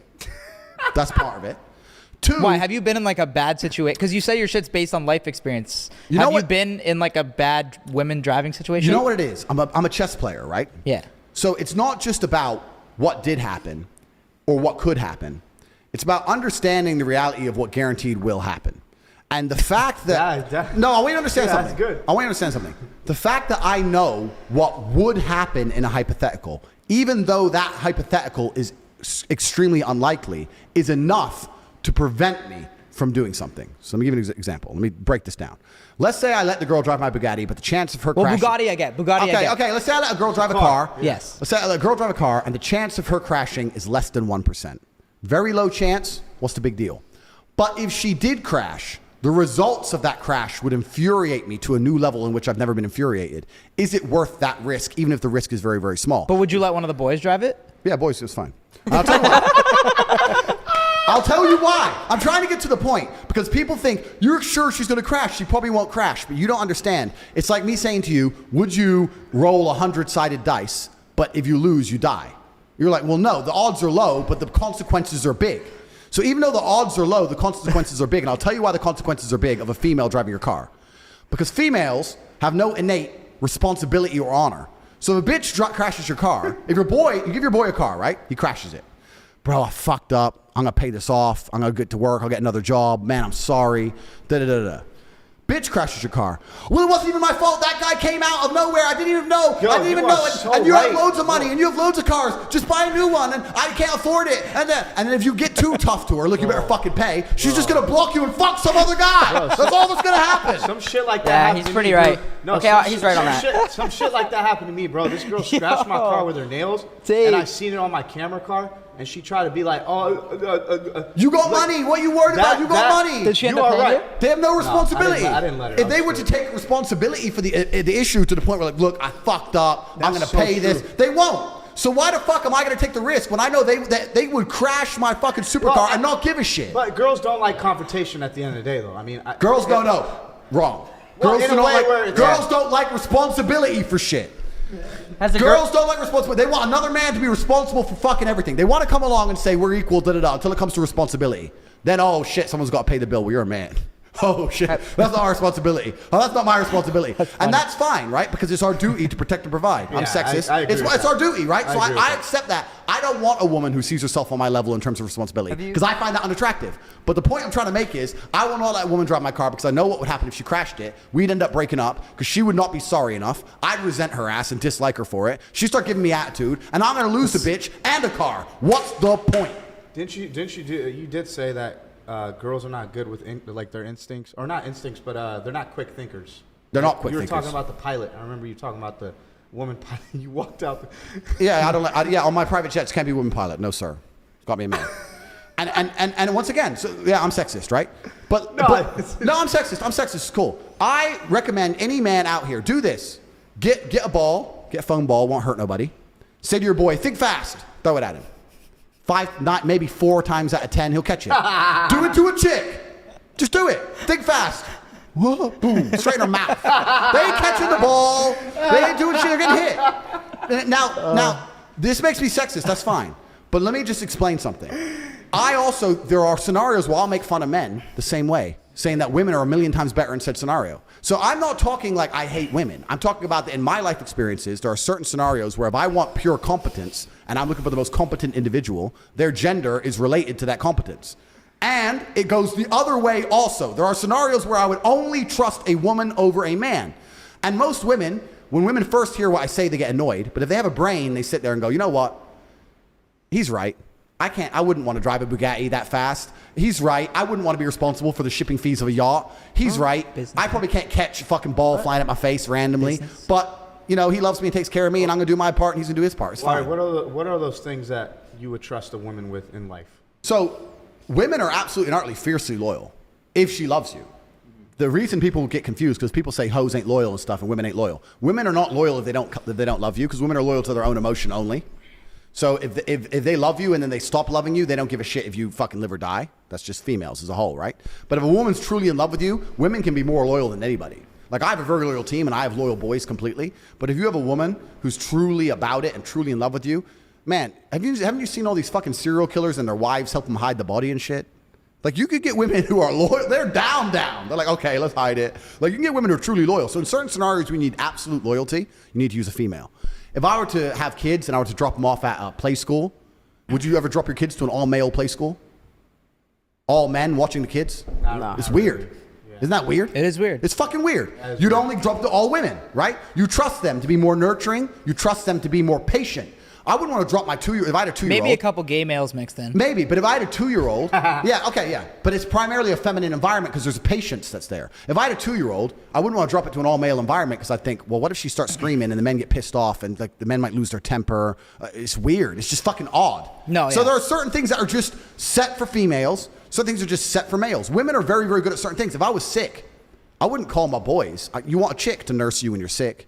And a woman who truly loves you will sit with you in bed while you're sick, risk getting sick herself, and hug you all night. Women are amazing at a bunch of shit. 100%. But I'm not going to sit here and say that chick can drive a fucking car as well as I can, because she fucking can't. She can't. And I'm not afraid to sit and tell the truth. If it's dark at night, raining heavy, in the middle of the mountains in Romania, where there's bears and fucking potholes and cows and shit, in a fucking Lambo at 3 a.m, she doesn't even want to drive. Any woman who sits there and goes, I could drive this home as well as you, is a dislikable person because one, you're lying. 2, you're not even want to risk our lives to prove some point. Wreck my car, then be unaccountable for it. Well, you're rich anyway. Get another one. Why are you being rude to me? I'm going on a girl's holiday. Bye. And I'm left with a busted Lambo. So the answer is simple. You do not drive my fucking cars. The patience part, yeah. It's bullshit. It's bullshit. And everyone knows I'm right. And any man who thinks I'm wrong, give a chick a car and wait for her to crash it and see how accountable she is. See if she will get a second job to pay that off. She won't. Fuck no, she will. She doesn't give a shit. Right. The fuck? We appreciate that. Can we switch up and talk a little bit more about your businesses? Like the We web. can talk about half of them. Some of them, yes. What about the webcam business? I'm not even in that. I haven't been in that business for like 6 years. Hustlers University. Well, first of all, I want to know too, like, when did you really start like popping off with all this shit? Like, you're right now on the internet, you're fucking everywhere. Like, you're like a fucking viral I'm sensation. a virus. I can't be escaped. Yeah, pretty much, right? Like, you're everywhere. So, like, when did you start like really popping off? I've been on the internet a while, man. But, Doing what? Like, what did you start first ever doing on the internet content-wise? All right, so I've had a YouTube and shit, but it was small for a while. My first money I made on the internet was the webcam thing. I've talked about it in a lot of podcasts at length, but I can explain again how it all happened. This is a long time ago. This is maybe 6-7 years ago. This was before OnlyFans. It's before making money on the internet was such a big thing. Like now, everyone you meet, every 19-year-old you meet does some drop shipping, does da-da-da-da. But back like 7-8 years ago, meeting a guy who made money purely on the internet was quite unusual. Mm-hmm. Everyone had like real jobs and shit. The world's moved on fast. So making money online was not what it was today. And it's a really long story, but fuck it. Fuck it. We're on one of the biggest podcasts in the world, I'll tell it. So I owed some money to some dangerous people. We won't tell that story. But I needed money fast. And I had 70 grand, I needed 100 to stay alive. And I wasn't fighting for a while. That was the time, was the only way I was making money. So I thought, you know what? I'm sitting there. I had 70 grand cash in my house. I'm sitting there and I'm like, you know what? Sometimes, Tate, God just loves you and you just get lucky. You're going to go to the casino and you're going to make the 30. So I told Tristan my plan. He's like, bro, what if you don't do it? I was like, bro, if I don't do it, we're fucked anyway. Like, they're going to get us eventually. We're going to end up dead. So I took 20 of the money, went to the casino, and lost it all. So I came home. Now we owe 50. What did you play in the casino? Right. So I know the odds. I know that statistically the best odds are blackjack. And I know that you can memorize perfect strategy in blackjack, which I've memorized. So I know that you have the statistical best odds in blackjack if you memorize perfect blackjack strategy, which I have done. What, counting cards? It's not counting cards. It's just knowing when to hit, when to stick, Knowing when based to on hit, the when to stand, based on in the every dealer's card scenario, showing, yeah. etc. But I prefer roulette, and the reason I prefer roulette, even though the odds are trash, is because I feel like in roulette I have no control. So if I lose, I feel I have a clearer conscience because I just put the money down. I ain't got anything to do with it. Whereas if I hit when I go bust, it's my fault, and the fault annoys me. How do you play roulette? Do you just go red or black, or do you do ins? No, I do numbers. I have like 5 or 6 numbers. I put a bunch on for like 5 numbers, not too many, and I just fucking let it spin. Lucky numbers? Yeah, lucky numbers. Yeah. We got to run some steak after. Yeah, let's do it, bro. I know a lot about gambling. I know a lot about the odds of gambling. I know that there's absolutely nothing you can do on a roulette board that affect the odds of roulette. Mm-hmm. So single zero roulette is 2.7%, I believe. On a single zero roulette, if you play for long enough, you're going to lose 2.7% of your money over a long enough period of time. It doesn't matter how you bet. It doesn't matter if you bet on one number, all the numbers. It doesn't matter if you bet on red, black, blah, blah, blah. That's the stake built in. So it really doesn't make a difference what you do. So I just bet on these same 5 numbers that are my numbers for personal reasons, and that's it. So I lost 10 grand on roulette. Thought, fuck it, got up the odds. Went to blackjack. Stuck to perfect strategy, got wiped out, got fucked. Came home, now I'm 50 G's down. So I said to Tristan, we got a week to pay this money. I'm not going to leave my bedroom till I find a way to make 50 grand. So he's like, all right, cool. Because I think was it Newton? One of the scientists was a really weird guy. And if he had a scientific problem, he'd sit in his room and not leave until he worked it out. So I decided to become Newton. Maybe it was him, maybe it wasn't him. So I'm sitting in my room. So I started thinking, okay, let me approach this logically. I'm a very intelligent man. Let's do this. What do I need? Let's start at the very beginning. What do I want? Money. What is money? So I started researching what is money. What is money? How does it work? Federal Reserve, fractional reserve banking, interest, inflation, da-da. And by the time I got to the end of about a day and a half's research on money, I was really pissed off because I realized that money's bullshit. It's not even fucking real, and I don't have any. So now I'm double mad because I'm like, this is fucking imaginary trash linked to nothing and I ain't got none. So I was really pissed. So I'm watching all these fucking videos and doing all this research on like assets, liabilities, blah, blah, blah. And then I got a piece of pen and paper. I've been taking notes the whole time. And I got to the point where I was trying to write down my assets. So I got a BMW. What's that worth? 22 grand something. I had a rented apartment. I'm big and strong, but I'm already fighting. I'm smart, but I'm already trying to make money. I'm just writing down everything I have. And I had like these 5 girlfriends from fighting all around the world, right? So I'd fly to Paris, I'd knock someone out, I'd fuck a ring girl, and then she'd be like, oh, you're the champ, you're the champ. I'm like, yeah, I love you too, baby. And I'd leave. And they'd think like I was this big baller in London. I mean, I had an apartment and a nice car. My life was fine. But I also had some problems from a previous life, which I can't talk about on the internet. And they were still in love with me. So I was texting all these bitches, whatever. So I had these 5 girlfriends in these 5 different cities all around the world. So I thought, well, are the girls an asset? Well, they have beauty. Beauty's valuable. So I guess they're an asset. Maybe they can like lend me the money or get jobs and pay me the money or some shit. Because I need to pay this money. I'll pay them back, but I need to pay this money. So I wrote them down. Anyway, as I was thinking, what can these chicks help me in any way? One of the girls offered to lend me like 5 G's or something. It didn't really help. And I'm sitting there thinking, can these chicks help me in any way? And I'm not a ruthless person. I'm really not an evil person that they try and paint me on the internet. I am not the guy who's going to put a bitch on the track. I'm not the guy who's going to hard pimp a bitch, make her fuck dudes. I'm not that guy. I don't like those kind of things. I don't want anyone to touch my chick. Strip club, maybe, but then to open a strip club, you need money, right? How the fuck you open a strip club with no money? You need to build a strip club. It takes money. So I'm sitting there and I'm Googling on the internet like strip clubs or I was Googling like remote jobs, London, trying to see if there was some remote work I could tell my girlfriends to do online remotely to get the money. And I could tell the guys, look, I'll have the money by this day. And then between me and them and more of the incomes, I could pool the money and get the money, boom, boom.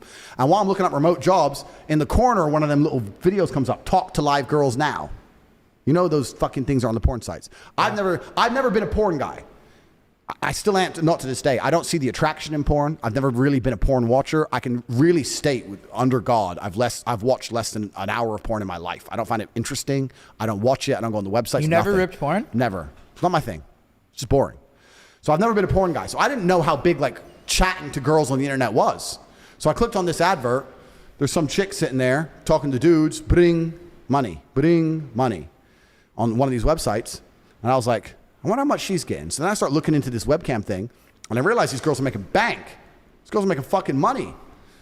So that was the plan. I was like, all right, cool. The girls are going to be webcam girls. So I originally thought I'll set them all up remotely, and they'll do it all from home and send me the money. But the problem with that, I'll have one as well if you don't mind.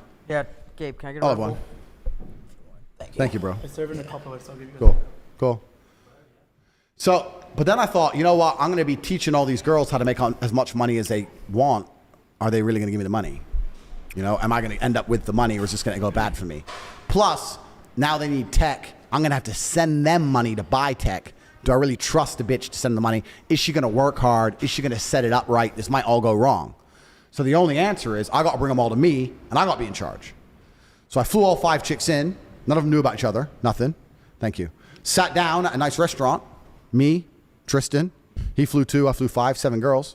So look, about to get rich. This is my plan. I'm going to do this. I put a spin on it, of course. Big boss, big G, got big opportunity. This money's been invested. I've always wanted you to live with me. Now's your chance. You can leave Paris. You can leave Croatia. You can leave whatever. You come live in London with me. You're going to do this. You're going to be rich. I'm going to be rich, blah, blah, blah. Put a spin on it. You're all going to live here.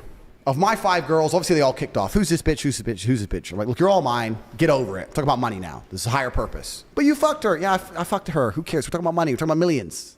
Get over it. Some of them got upset. They all started arguing, whatever. 3 left, 2 stayed.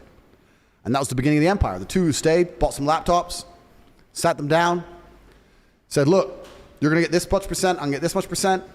Wasn't exploitation. They wanted to do it. They were like, yeah, this could fucking make some money. All right, well, cool. Let's try it. And me and these 2 chicks started the company from the ground up. And we started doing 15, 16, 17-hour days. Now, when the girls were at the computer working, I was at the computer the entire time. Because another thing I learned from doing this business, I learned something about women, is that they are intrinsically,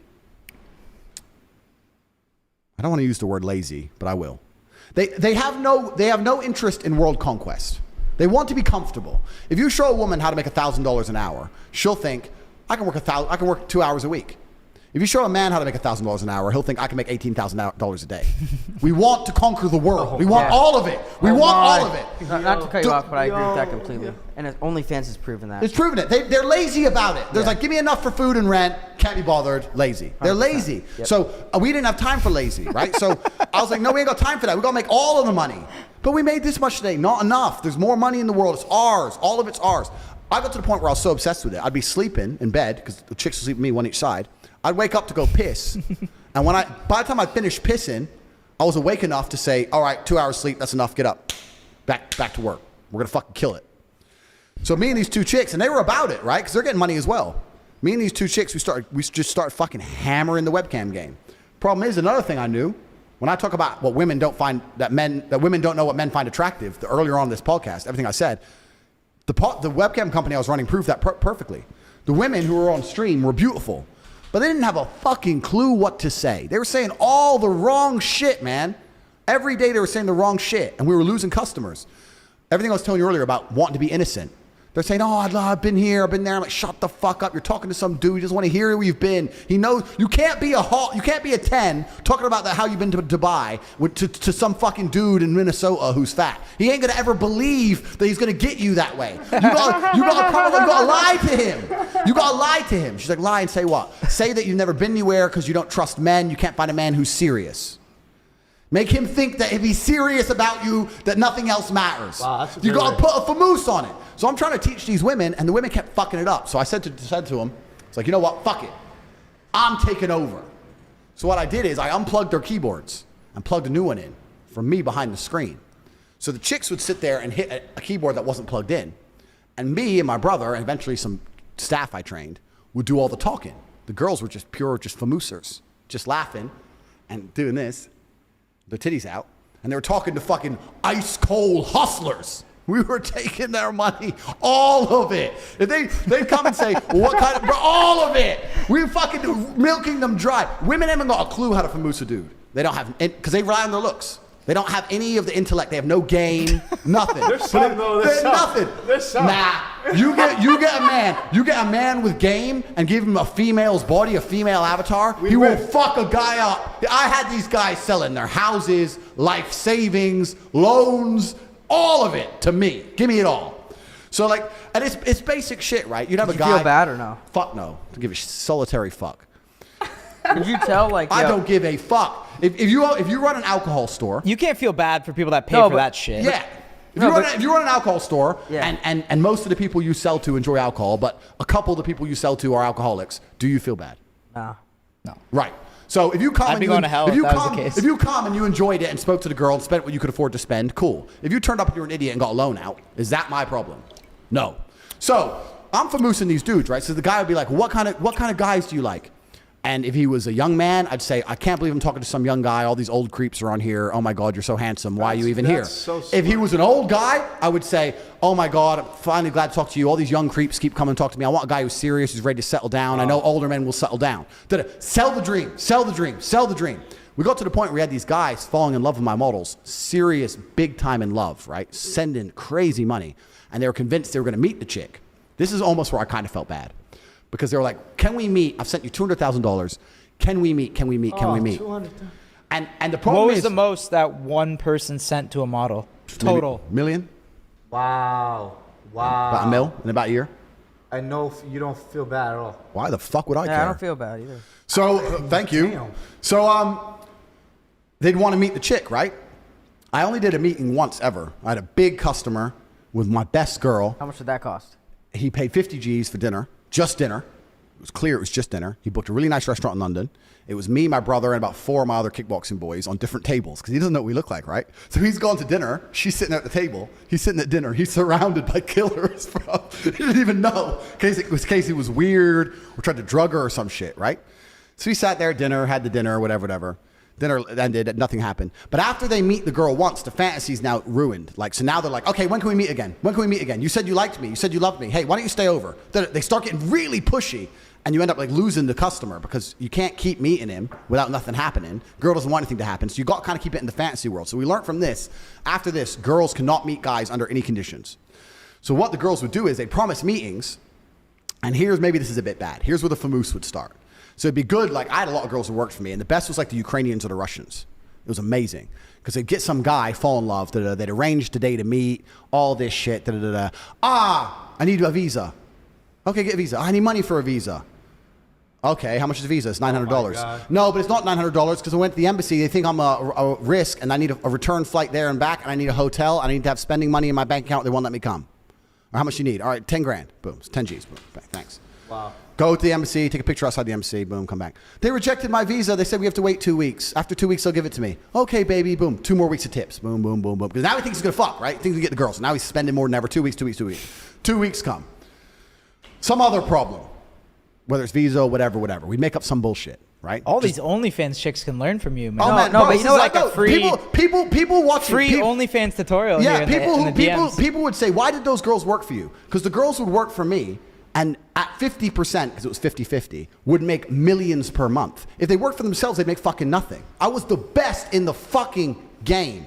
Me and I had a whole team of staff. that's fucked. The girl would only work 6 or 7 hours a day online. So how did it end?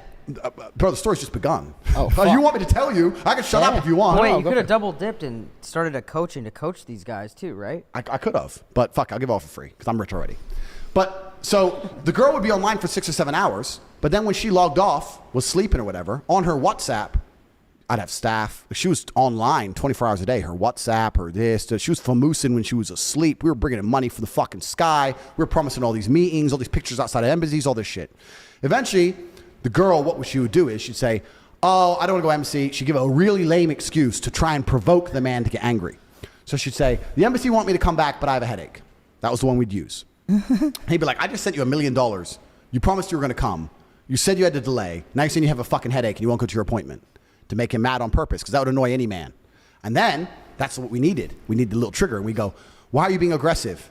I'm not being aggressive, but you're not serious, da-da-da. And then we'd say, but you know what? I really like you, and I'm flying to the other side of the world by myself, and now you're being aggressive, and now I'm intimidated. And we'd flip it on him, saying, well, now you're being scary. No, I'm not being scary, but you know, it's your appointment. You're supposed to go, yeah, but I feel sick, and you don't even care. Female bullshit. Female bullshit. And flip it on him. Oh Flip it on him. And he'd get fucking furious, because we were really good at playing fucking... both sides.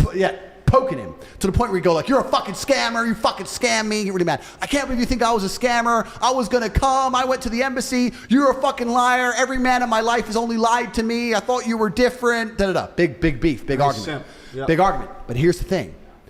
The guy would get pissed off, right? And leave, stop tipping her, stop coming to her. But for these men, that's the only chick in the world, the only hot chick in the world who talks to him. Maybe it takes a week, maybe it takes 2 weeks, maybe it takes 3 weeks. He's in bed at night, alone, jerking off, looking at her old videos and pictures, watching her stream again from another account so she can't see it's him, sitting there going, maybe she was going to come. Maybe I just got too mad when she had a headache. Maybe I should have been a little bit more patient and she would have been my girlfriend. And 100% of the time, in less than 3 months, they'd be back with an apology, a brand new pile of money, and the cycle would repeat. We fucking killed the game. Millions of dollars a week. And it was not just because I had beautiful girls. It's not because webcam is easy. It's because I am a genius. And I put together an apparatus of genius behind the avatar of beauty. And we fucking conquered the internet. Wait, so did you give these girls a cut? Say again? Did you give these girls like kind of like a cut? Yeah, so No, the way, 100% to you. well, we can talk about this. So the girls who worked for me purely just work were working for me purely just work. Okay. Right? So That they, only applies to a relationship. yeah, so that'd be 50%. If a girl was my girlfriend, she'd be working and I'd get all of it. Now, that doesn't mean she wouldn't have a nice life, right? Because she's my chick now. So, like... Why would they even do it if they give you 100 though? Because What's the point? We're just helping you out. I mean, No, it's not about helping me out. It's about, we are now a power couple. We're a team. And I'm gonna spend the money on you. I'm going to spend... I'll buy you a bag. I'll buy you shoes, whatever. I'm investing. It's not even that it's 100%. I'm in charge of the money. Yeah. Not that you can't have things. It's not that you can't do things. Not that you're fucking flat broke. I'm in charge of the money. 100 G's just came. What do you want to buy? Oh, I really want this bag. Well, you bought a bag last week. I really want this one. Okay, well, here's the bag. What else do you need? Nails, food, da-da-da. Okay, cool. Well, I'm paying the rent. Is there anything else you actually need? No. All right, then let's invest this. It was more very much like I was in charge of the money. Otherwise, she was just spunking it on dumb shit. So it wasn't, I say the 100% thing, everyone loses their fucking mind. But basically it was the more intelligent, competent individual inside of the pair was in charge of the money. Me. And she also... Have you ever pulled that off? What do you mean pulled that off? Like, have you ever dated an OnlyFans chick that's given you 100% of the money? All the time. No way. I'm describing to you right now, all the chicks gave me all the money. I was in charge of it. So do you put your bank info on their OnlyFans account, or do they pull it out and They then pull it out and wire send it to me. They wire it to Yeah, you? no problem. No way. What if they cheat you? How do you don't believe respond? that. Wait, what if they cheat you? But this is the interesting point. The reason this dynamic worked is because the girl understood that she wasn't making the money. It was my money. Because she understood that she is nothing but a face to a genius apparatus I've created. She That knows, is some- she that is knows some psychological crazy- She could be replaced. I can take another girl of equal beauty, sit her down in front of that keyboard, which ain't even plugged in, bitch, and do this, and make the same fucking money. You are lucky to work for me, because I can replace you. You cannot replace me. There is no other genius on the internet doing this the way I do it. So it's my money. It's my staff who've been up all night while you're asleep WhatsApping this dude. It's my team who know what to say. It's me who's been in charge of the plan to make sure he sends X amount before X. Because it was a real business. And the reason we were so successful is I was never thirsty about it. Most dudes in those scenarios would be trying to live like Dan B and all this shit. I love what he does. Cool. Guy's a G. But I wasn't trying to live like that. I didn't want to go to the club with a bunch of girls. I didn't want to be seen on the street with a bunch of girls. I still have enemies at this point. I don't be walking around with fucking beautiful women. It's a liability. I was low-key, hiding, pure business. I wasn't fucking all the time. No, work. We were there to make money. The fact that I was surrounded by naked women, did not care. I was unfazed. Unfazed. You put me in a room with 20 of the most beautiful women you ever seen, stark naked, didn't give a fuck. Walked straight in, spreadsheet, walked straight out. Didn't care. Did you smash one of them? Of course I fucked, but I'm saying I was about the money. I approached it as a professional. I was a professional to the game. That's why we killed it. Another thing we did. We don't talk about psychology. I can tell you, man, I can talk about this forever. Wait, can I ask you something real quick? What's the most expensive thing you ever bought a girl? This is straight on TikTok. Oh. I bought some really expensive shit for girls. But you have to also approach it down to how much she made. So like if a girl made $1 million in a month and I bought her, let's say, a 50 grand watch. So yeah, I bought her a $50,000 watch, but she made $1 million. So does that really count? You're going to go more. That's pretty cheap. It's, do you know what I mean? Bad, yeah. It's cheap. So it's like I've never bought a girl anything too crazy. Never bought a girl a car? The reason, I'll tell you, okay, so I have so many angles we can go from here. The reason Do you like splashing on chicks though? I love my woman to experience the world through me. Yeah. That requires money. But I would never like get with a brand new chick and just start buying her shit. Fuck no. Fuck no. But if a woman truly loves me and there's an experience she's yet to have, I would love to give it to her. I'd love to give her something she's never had before. But if I get a chick who's already had a bunch of it, I'm less motivated. In fact, I know she ain't gonna get shit. If I get with a chick who's had a bunch of ballers before, then she can fuck herself. Fuck her, get by, goodbye. Because she ain't worth shit anyway. But if I get a chick of innocence, I'm interested in showing her the world in all realms, including financial. That's the answer to the question. I think you understand what I'm saying. Yeah, she loves me. Boom, boom, boom. It's impossible for me to be with a chick and her not have a good life, right? How can I have a chick with me? She's my girl, and my life's so fantastic. What, she's going to get a taxi when I get in my car? Yeah. Like, not get on my jet? She has to fly commercial? Like, I'd have to be a real weirdo to prove a point. Maybe she has to earn that. Being near me, your life's good. If you're anywhere near Tate, you're living good. But what are those signs, though, that make you see that, like, oh, this girl actually loves me? Oh, that's easy, bro. I've just been around the game. All these things I'm telling you, I grew up, this game's my game. Are I you know ever the going to game. get married? Go ahead, yeah. Are you going to get married ever? I'd never get married, no. Why not? I don't see the tactical advantage to getting married. If I decided to be loyal to a woman and be with her forever, that's fine. If I decide to have children with a woman, that's fine. If I decide to have a house with a woman and live with her, sure, possible. It's not optimal, but it's possible. But the idea of just getting married in and of itself is completely and utterly fruitless. I think it's for the woman. The women enjoy it. But women enjoy lots of things when they don't have to pay for it or organize anything. Sure, she gets to show off on Instagram, organize nothing, waste all my money. And now the government is involved in a new area of my life. I don't want the government involved. The government is already involved in when I register a car, all my money, bank accounts, when I get a job, when I buy a house. The government's everywhere, right? Don't I just want to at least be able to walk around with my dick without the government being involved? Now, if I put my dick in another bitch, my wife can go and say, I have proof he put his dick in another bitch. Go to a lawyer and go to the government. He owes me this. That's adultery. Automatic this much percent. So now the government is watching my dick? Leave me alone. No, leave me the fuck alone. Like, if I love her, she loves me. Love you very much. Love you too. Cool, we love each other. That's fine. Okay, would you say, though, like, back to the other question, would you say that if a girl is doing things for you in a way where they kind of bring value without you having to, like, coach them, would you say they love you? I've experienced a lot of female love in my life. I know when women love me, and it's not hard to make a woman love you as a man. I don't think it's really that difficult. I have a lot of women who love me, but this is actually the meta point that I was going to say before you said that. If a woman truly loves you, she'll stay with you without that shit. So the women who go to their man, marry me or I'm leaving. Yeah, they're done. Then why the fuck you marrying a bitch who's already thinking about, she's already giving you conditions to fucking keep the relationship? If a woman truly loves you and you sit there and say, look, I've been around the world. I'm about it. I know things you don't know. Signing that piece of paper is bad for me. It's also bad for you. It's bad for business. Shut the fuck up. What about? Okay, but how do I know you love me? Because I tolerate you. Shh. Done. No fucking wedding, no bells, no dress, no bollocks. It's all bullshit. And men fall into this trap, but no man wants to get married. This is another thing I'm going to say. And I'm not shitting on guys who get married. Get married. It's your prerogative. I don't give a fuck. I'm just saying me. I truly don't believe any man actually wants to get married. He wants his woman to be loyal. He wants his woman as a wife. He doesn't want to be a husband. He just wants to do it so she's less likely to cheat. It's a degree of insecurity. Well, if I marry her, she'll know I really love her, and maybe then she won't leave. If you really know your bitch ain't going to leave you, if you knew in the stars, if God came down and said she's never going to leave you, never going to leave you, she's yours, you own her soul, would you marry her? I was like, fuck no. Why? She's mine. It's done. I know my chick ain't leaving me. My chicks ain't going nowhere. So why the fuck am I marrying them? How did you like initially pop off in this recent success? Like, when did it start? I decided Content-wise, I like decided viral-wise. to go overt with my conquest about 6 months ago. 6 months. 6 months ago. What was your strategy? Bro, that's worth billions of dollars. If I were to tell you right now what I've done, that'd be worth. So do you have to understand how many people want to do what I have done? Yeah. This is unprecedented. This has never been done before. It hasn't been I've done. gone from obscure internet figure with a cult following of fans. My fans, because I have my YouTube channel for a while, my guys who follow me from back in the day are like, I am so furious. I used to walk around and say, have you heard of Andrew Tate? And everyone would say no, and I'd tell them what genius you are. Now everyone knows you're a fucking genius. Oops, spilled the vodka. You ruined it. You ruined it. Like all my old school fans are Yacht Clubs pissed. tab. Can we get a lady to clean this up, or? We'll put that on the Yacht Clubs tab. Yeah, Or the yeah, Yacht Week. let's do it. Yeah. Thanks, Yacht Week. Thank you, Yacht Week. But like, I decided to go overt about 6 months ago. I put together a strategy and a plan. It was extremely strategized. It was planned. Is that public though?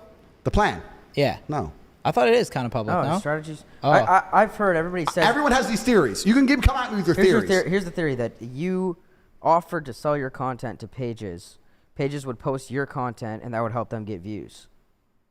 Okay, well, that's not true, one. But two, you also have to keep in mind that most people can't do what I can do because most people cannot be as entertaining as I am by simply just sitting down and talking shit. Definitely. Yeah. So I can sit down and talk shit and be extremely polarizing. So I have unlimited free content. Yeah. You can give me a camera and I can sit for 12 hours a day and talk at that camera. I have unlimited free content, which makes it easy.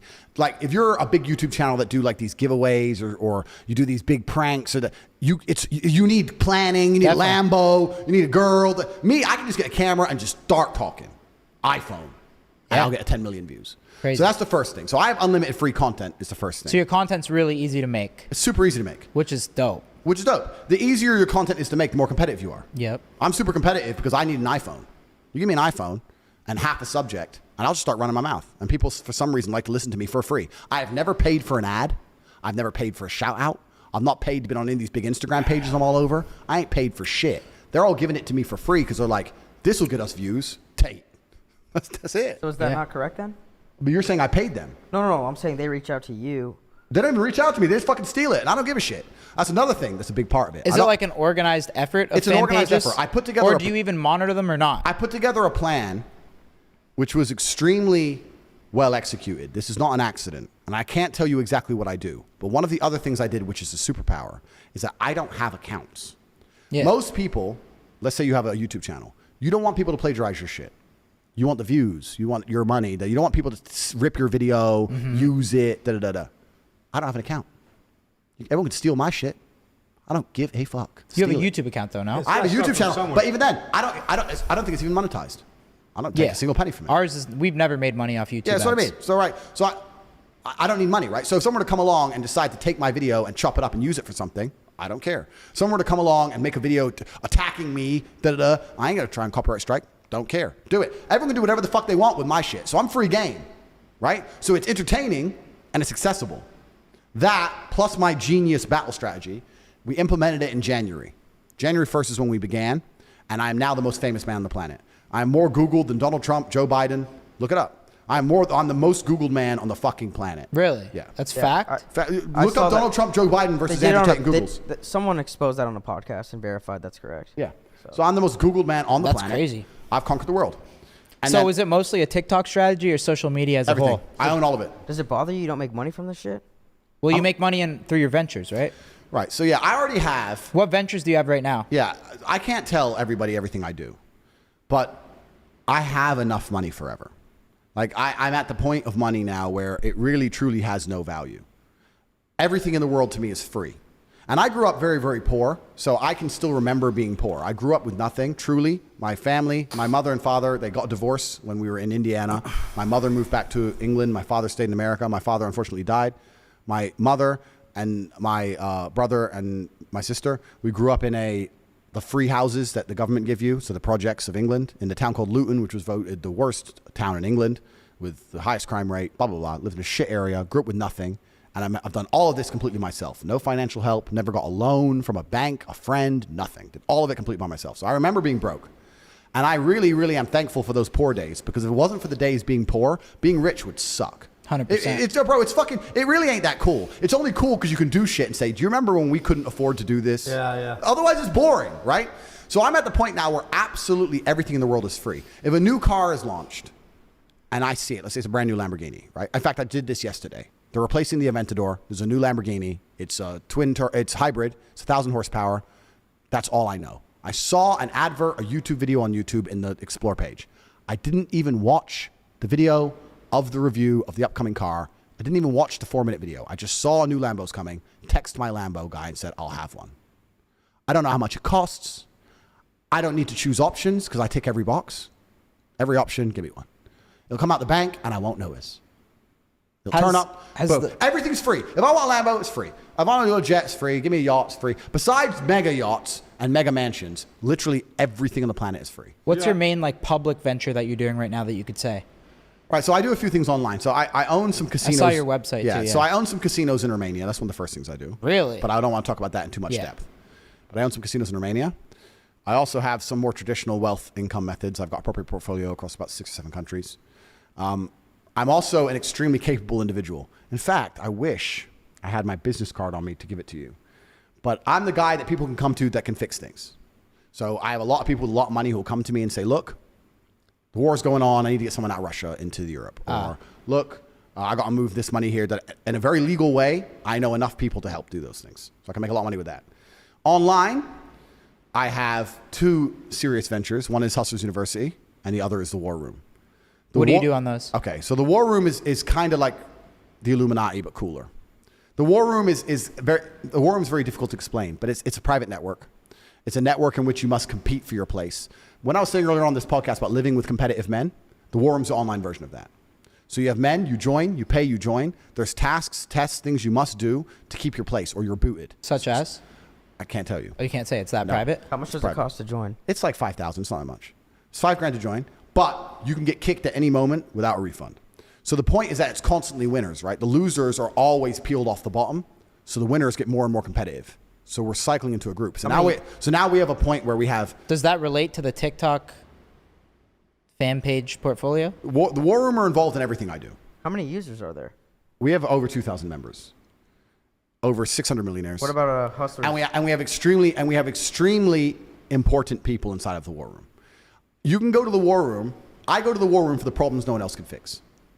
Like when the Ukraine war, when the war kicked off in Ukraine, and they closed the borders or the borders panicked, we had 7 War Room members of Ukraine. We got them all out in 24 hours. I don't know, we send in jets. So the War Room helps you get shit done? The War Room gets shit done globally. So that's what the War Room is. It's a network. And you'll give them some kickback on shit if you get it or something? Say again? And you'll give them some kickback on money that you get or something like that? Yeah, it's the War Room is a private network. That's the most I can say. Kind of imagine the Freemasons of old, but better. So when you first join the War Room, for the first 6 months inside, you're just going to be doing things. Like why? It's kind of like Mr. Miyagi, wax on, wax off. Why am I doing this? And then you're going to start to learn, aha, this is useful. I bet you a lot of people are too lazy to want to join that. The people who are too lazy to do the wax on, join, the people who are too lazy to do the wax on, wax off are kicked. How powerful is the network?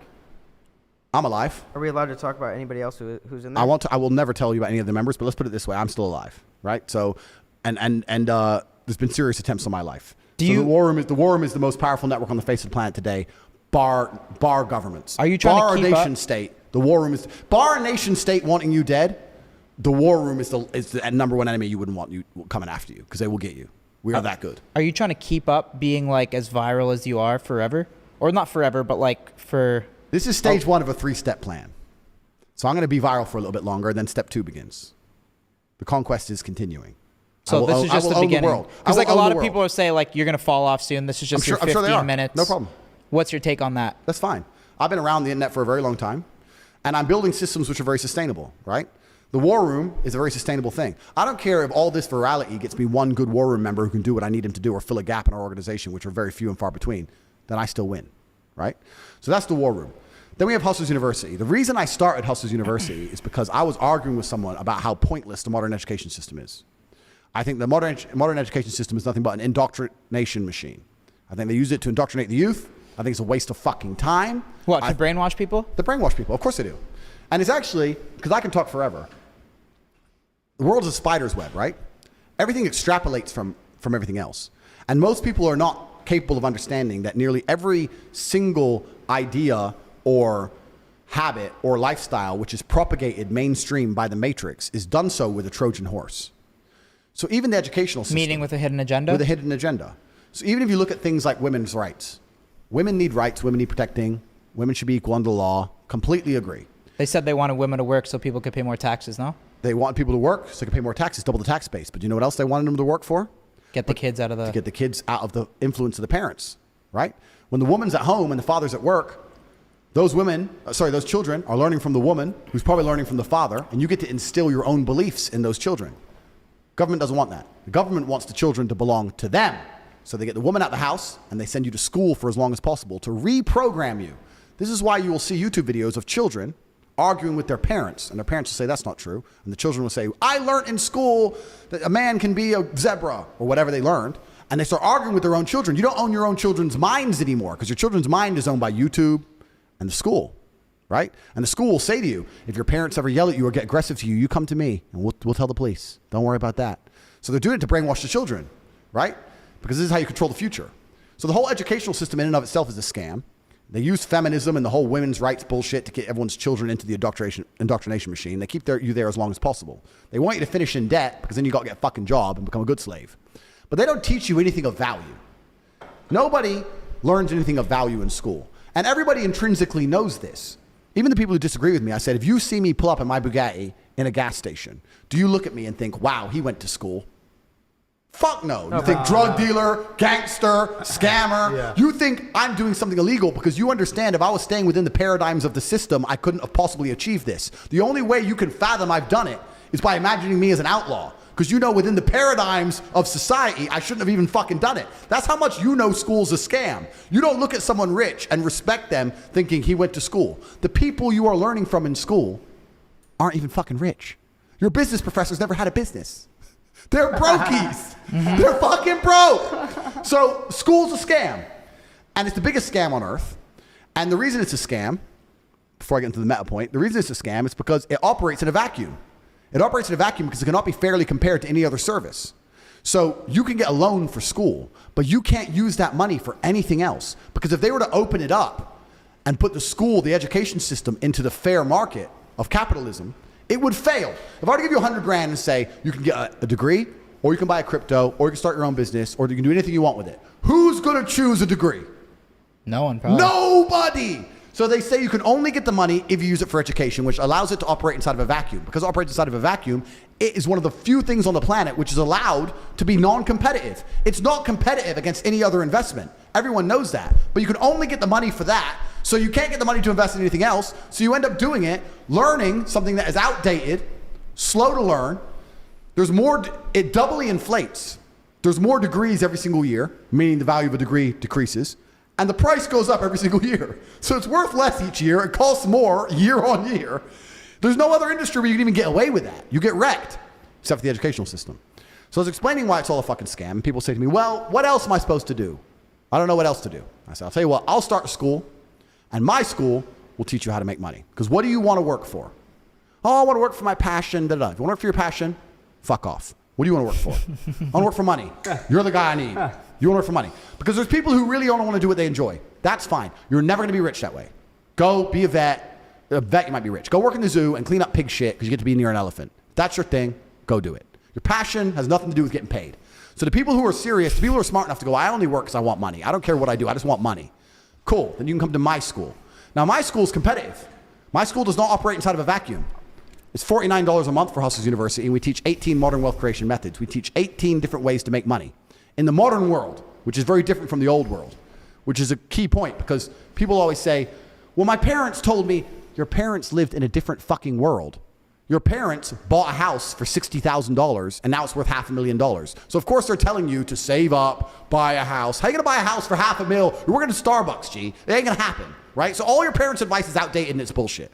So all the old advice is bullshit. Saving money is bullshit. Inflation's like 10%. Save. You gotta get rid of your money. Fuck saving. You gotta fucking spend it. So everything they tell you is wrong and old. So it's all modern wealth creation, 18 different modern wealth creation methods. It's $49 a month. And you can spend that $49 on anything you want. You don't have to join my school. You can go buy lunch if you want. So I'm competing against the entire world, right? You can invest that in anything. And people are still choosing my school. That shows it has a genuine value. At the point of this podcast where I checked this morning, we have 108,000 students. 108,000 students. 108,000 in Hustlers University? Correct. Whoa. 108,000 isn't impressive that I've amassed. It's impressive that I retain. There are 108,000 people in the world who have joined my school for $49 a month. And they say, I am getting more for my money or more value than I'm investing here. I'm either making more money back or I'm learning more than I would ever possibly learn for $49 anywhere else. So I, unlike traditional education, genuinely compete in the world. And I'm the only educational platform in the world that does this. There's no competition at all. And I do it because the people who join my school and listen actually make money. Now, I've been accused of a bunch of shit. There is an affiliate system. You can make money with affiliates. That is a system that does exist inside. That's one of the 18 ways. You don't have to just affiliate for HU. You can affiliate for Amazon products. We teach how to affiliate for fucking anything. So you can affiliate for a bunch of shit. But there's 17 other ways to make money, all inside of the school itself. So we are the #1 educational platform on the planet. And I will say this now. Anybody who's serious about making money should be inside, because $49 is not going to help you in any other way in your life. There's no crypto you're going to buy for $50 that's going to blow up. There's nothing else. For $50, you have fucking nothing to lose. I'm not saying it's going to be easy. I'm not saying it's going to be quick, but we'll teach you how to make money if you're ready to sit there and learn. So that's what HU is. So I've got the HU and the War Room, the two biggest things online.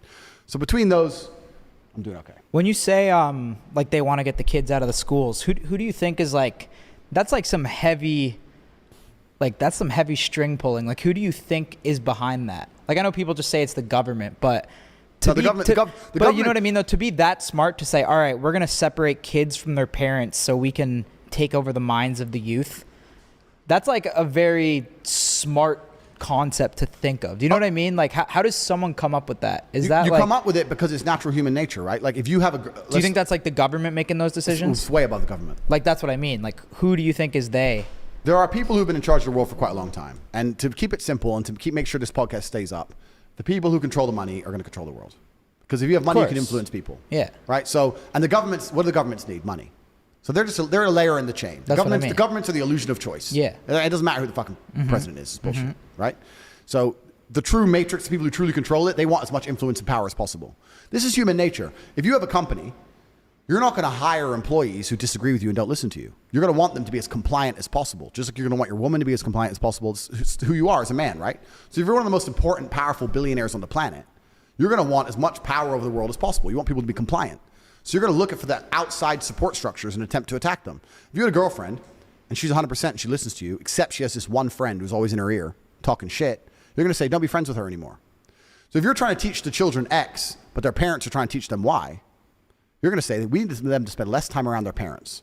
So how do we do that? We need the parents to be more busy, and we need them to go somewhere. That's just like some crazy control shit, though, is what I'm saying. Yeah. But that's what they've done. Yeah. It's on purpose. Like, it's very, very purposeful. It's all done on purpose. These people I just are think not fucking stupid. The average person doesn't understand that, like, that statement means that, like, there's people above us that are just trying to control us, right? Oh, completely. There's people in charge above us trying to control us all. I mean, if the last 3 years haven't proved that, I don't know what's going to prove it to you. Like, there's definitely people who want to control us, because all of us, every man on earth, has an innate instinct for power and control. We're all human. We're not pure creatures. The reason you guys love doing this podcast is because you love being big and getting more followers and getting more influence. What is influence? It's power. It's control. It's what you want. It's what I want. It's what everyone wants. If you get to a certain level in life, that's what you want. Now, you're going to have power and influence over a whole bunch of people. You may believe, it's not even necessarily evil. You may believe that you're helping them. They don't understand the world. They're the little peasants. They're the ants. I'm the big billionaire. I'm going to teach them things they don't know they need to learn yet. Their mother is outdated. She's in their ear. We're going to separate them so I can help the kids. They may think they're doing it for a good reason, but what they're really doing is trying to propagate their own personal worldviews on other people. As we all do, as you do, as I do, etc. They just managed to have a lot more influence and more power to do it, right? So you talk about governments. The fuck is a government? Governments are bought and sold. That's all bullshit, right?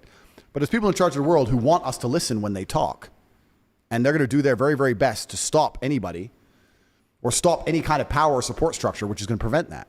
It's done on purpose. This is why they also try and ensure that the people of most nation states are infighting.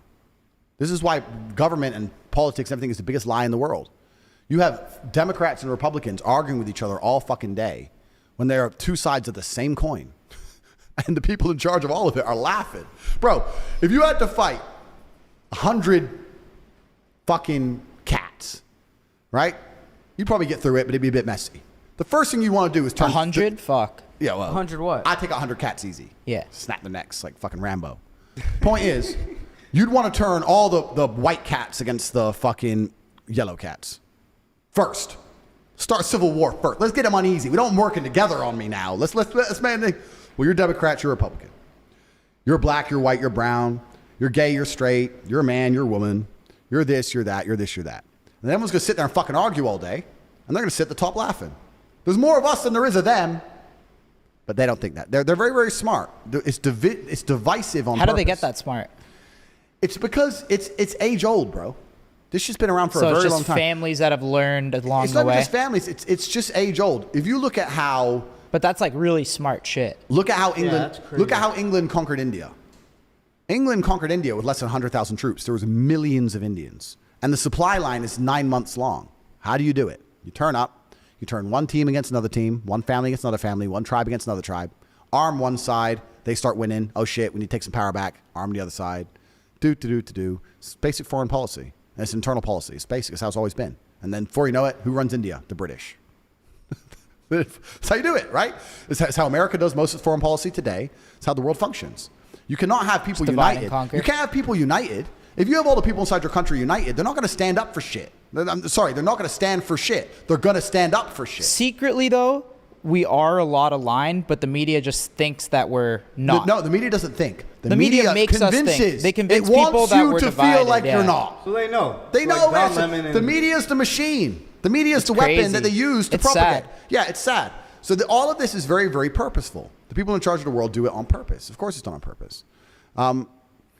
But you're saying, like, why did they come up with these ideas or how is it done? Because they wouldn't be No, able to I know exist- why. It's just the how is like they're just geniuses. It's almost Yeah, scary. it's like you Like to think come of up for people to sit in a room and say, "All right, now we're going to target the youth and we're going to implement the system to take away the youth from their parents." Yeah. Is like some scary smart Bro, shit. they're doing Like, scarier shit than that. I know. Bro, that's nothing. They're doing much scarier shit than that. Like, and it's just the beginning. So, but if this wasn't a public podcast, I'd love to talk about this in far more detail. But it's a public podcast, and the war room's good. But Well, I think we did nation-states good. are Why don't we worse, go? and- yeah. Smoke another cigar out there, maybe crank a beer and fucking. I wanna hear more I about think it this was shit. good. Yeah, we'll talk about it more. You're a fucking legend, bro. We appreciate you. Yeah, that What's was some amazing. closing statements? Closing statements? Wait, can I ask you one more thing though? Sure, Back- man. I'll talk forever. Let's back- go. real Fucking- quick, back to the lines. If like you're in the club, and there's Lines. a chick. It's not lines. It's No, a the- number, G. Okay, body count, and there's a I'm gonna chick go to that the has 10, and then there's one that has 1. Who are you going for that you know you have a better chance of sleeping with? I would have a better chance of. But that's the thing, dude. Look, that's the thing. Honestly, Okay, well then I'll answer that question. Yeah, just answer that because Yeah, answer All right, I'll answer that question because it's a bit of a trick question. yeah. I can't be tricked because I'm a professional. Because when the question was originally asked, it was who would you prefer? Yeah. And you said you would prefer the one with more. Okay. Right? So Okay. we would still prefer the one with one. Yeah. Okay. Now, because there's a higher probability of sleeping with the hoe, that's true. Doesn't mean she's preferred. Doesn't mean that's the preference. And the true answer is you would try with the girl with 1, and if you failed, towards the end of the night, you'd end up Yes, around the good girl with job. 10. Perfect. That's what would happen. Okay. That's so a great answer, man. that's what would actually Did I happen. really say That's a preferred fucking earlier? great You said answer. preferred, yes. Okay, that's my fault. I fucked that up. Yeah, you'd prefer. But who's doing anal? Well, What the hell? All right, we're good. I mean, like, no, but this is another thing. I don't know, man. Maybe I'm getting old. This is my closing statement. Maybe I'm getting old. I'm 35, right? I've seen the world change in real time. I remember the world before the internet, and I've seen the rise of the internet, and I would say now I'm big on the internet and stuff. And I just think the world, I understand when I was young and I used to like something and old people would say, turn that off, it's degenerate. I'd be like, it's just a video game or it's just a Yeah, song. yeah. Now you- I'm becoming that guy. yeah. I'm becoming that guy now where I hear things or I see shit. The world's just so degenerate now. Oh, 100%. I see like these girls like twerking and guys on a too. boat or dudes just popping pills. I don't know. It's just all so degenerate. And now that degeneracy angers me, it's made me almost, it's changed me to a degree. Because even you're just talking about banging chicks, whatever. I really have no interest in just tearing through chicks. I just think it's degenerate. I think guys are degenerate too. man. yeah, no, of course men are and women are. I just think it's a degenerate attitude. Like I could sleep with thousands of women. I just think maybe I'm just bored of it. I don't know, but I'm just kind of like, I'd rather have 1 or 2 or 5. Give me 5 girls and I'll settle down. 5 wives, that's enough. I'm never going to be Mr. One vagina. I'm not going to be one hoe is too close to no hoe. So we're not going to go down that road. With 5 but 5 is enough. You give me a buffer space to replace one if she gets out of line, whatever. Give me 5 chicks, I'll settle down right now. But to actually be running out there and just really tearing through it, I just think maybe I'm just bored of the game. Maybe it got too easy. But I don't know. Even sex in and of itself, I just think, is it that good? You don't think one woman could please you, like fully? I don't think one woman is capable of completing a man's life. Absolutely no. I think you need a wife. Sexually. But I think You need a wife and you need hoes. Yeah. You need both. I don't think it's There's times and a place. I agree, because I mean, there are times where there are times where you do funny? want to. I just love it, bro. You're so funny, bro. It's true. I think with 5 wives, things around the house, things in general, will just be more efficient. You know the best thing about having multiple women? I'll tell you from my webcam days. Do they interact with each other, or do you separate Oh, no, they them? super interacted. Because I only told like 20% Do they of get that jealous, story. though? Yeah, but they got jealous, but it's hard to get jealous. This is about the social paradigm. It's hard. Of course they got jealous, and I would reassure them and tell them everything's okay, but they would never disrespect me openly because no one else did. You don't want to be the only disrespectful bitch. Then you get kicked out. Yeah, it's not the societal norm. This is why in America everyone's fat, because it's normal. You go to Russia or Ukraine, there's very few fat people because you don't want to be seen fat because no one's fat. So everyone's going to be like, what the fuck you obese for? Do you understand what I'm saying? Sure. It's societal norm. If every chick is coming up to me and treating me like God, you don't want to be the only chick with an attitude because you feel embarrassed. You ever had Plus, yeah, of course I had that. Plus you get kicked out. Yeah. What I used to do. I get your strategy now. Girls would get kicked out. And then when they got kicked out, they'd fail because they're naturally lazy. So then when a girl got kicked out, we'd have a party. Every time I fired a bitch, we'd have a party. So we'd have a party and not make fun of her, but just say like, one less hoe, last one standing, gets the sun. We used to make a joke and all this shit. So we kick the girl out, we'd have a party, and girls would instantly, not like turn on her, but girls are tribal, right? She's no longer part of the tribe. She's stupid, and we'd all kind of think. And the part of the party is we'd monitor her on camera. So every day after she left, we'd check on how well she was doing. How? You can see them online, how many hours they do, their ranking on the website, how much money they're making, all that kind of stuff. And they go from way up here, making millions, to just slowly declining. Because they're lazy. They're lazy. They fall off and end up down to nothing and then beg for their job back. So now girls are like, if I leave, he's going to have a party, he's going to make fun of me, and I ain't going to make any money, and I'm going to be another one of the ones they mock, and da-da-da. So now girls don't want to lose their job, right? So girls didn't really disrespect me, but when you're talking about them being jealous, yeah. But I was about to say, one of the best things about living with multiple women, this is actually the best thing about it. The best thing about living with multiple women is that all the girl shit, they do together. So your girl, if you have a girlfriend, she has a group of friends. All of those friends are your enemy. Every single thing they say to her is bad about you. He doesn't let you go out. Why is he asking where you are? Why is he calling you? It's only a boat party. Let's go here. They're all negative. You don't want your woman talking to them. That's true. Now, if you're fucking the same 4 girls, it's true. If you're fucking the same 4 girls, then her friendship circle are all behaving and all you're positive towards you now. So you don't have that negative influence, which means you get to send her away with her friends all the time. If you have a girlfriend, you don't want to send her away with her friends because they're up to bad shit. I love sending my girls away. Oh, you want your nails done? Go. Boom. Oh, you want to go see that shit movie? Go. Go to security. Oh, you want to go? Go. Leave me the fuck alone. Go. You want to go IKEA? We need towels? Cool. Go to IKEA. I didn't have to do none of the dumb shit men have to do. I see men doing all this dumb shit with their chick because they don't want her to do it with their friends. Man, I haven't been IKEA in a long time. IKEA is the most depressing place on the planet. What if you go IKEA to sucks. Well, wait, you're wrong. What about if you go to IKEA with 5 wives? Even worse. How? I'll tell you, because I can send them 5 bitches by themselves. I went to IKEA about 3 years ago, and I genuinely think it was one of the most depressing experiences of my life. Yeah, that place fucking I saw sucks. full-grown men. It's so busy and shit too. And it's a maze. I saw full-grown men on a Sunday morning walking around. How about the IKEA hot dogs though? They're all right. They're pretty good. But the sadness in the eyes of the full-grown man on a Sunday morning walking around, and his wife is like picking up a towel. You want this towel or this towel? and you can see he doesn't give a solitary fuck. It's his only day off. It's his only day off. It's He's sad. been working for 6 days, and she's like, we need to go IKEA, Steve. And he's like, oh, can't we not go? We need towels, Steve. He's like, oh, maybe I might get laid next month if I go IKEA. And he's standing there, and she's like, which towel, Steve? And he's like carrying the baby. Oh, I don't know, which one do you like, babe? I'm like, oh, this whole place is just depressing me. I can't get out. It's a maze, and everyone's fucking sexless and depressed. It's fucking horrible. Fuck, man. But if I send the chicks, they can fuck around all day in IKEA. Don't give a fuck. And you know what? I can trust them because they're all vying for position with me. If one of them even looked at a dude, the other 3 would go, we were in IKEA, and this guy walked past, and she looked at this guy. They'll all rat. They'll all rat to me. I'm the big boss. Really? Oh, no, 100%. Oh, they're friends, all right, but they're all fucking reporting to me. And on the sly, I'm like, look, you're the only one I trust. If anyone says anything, tell me. All 4. Boom, boom, boom.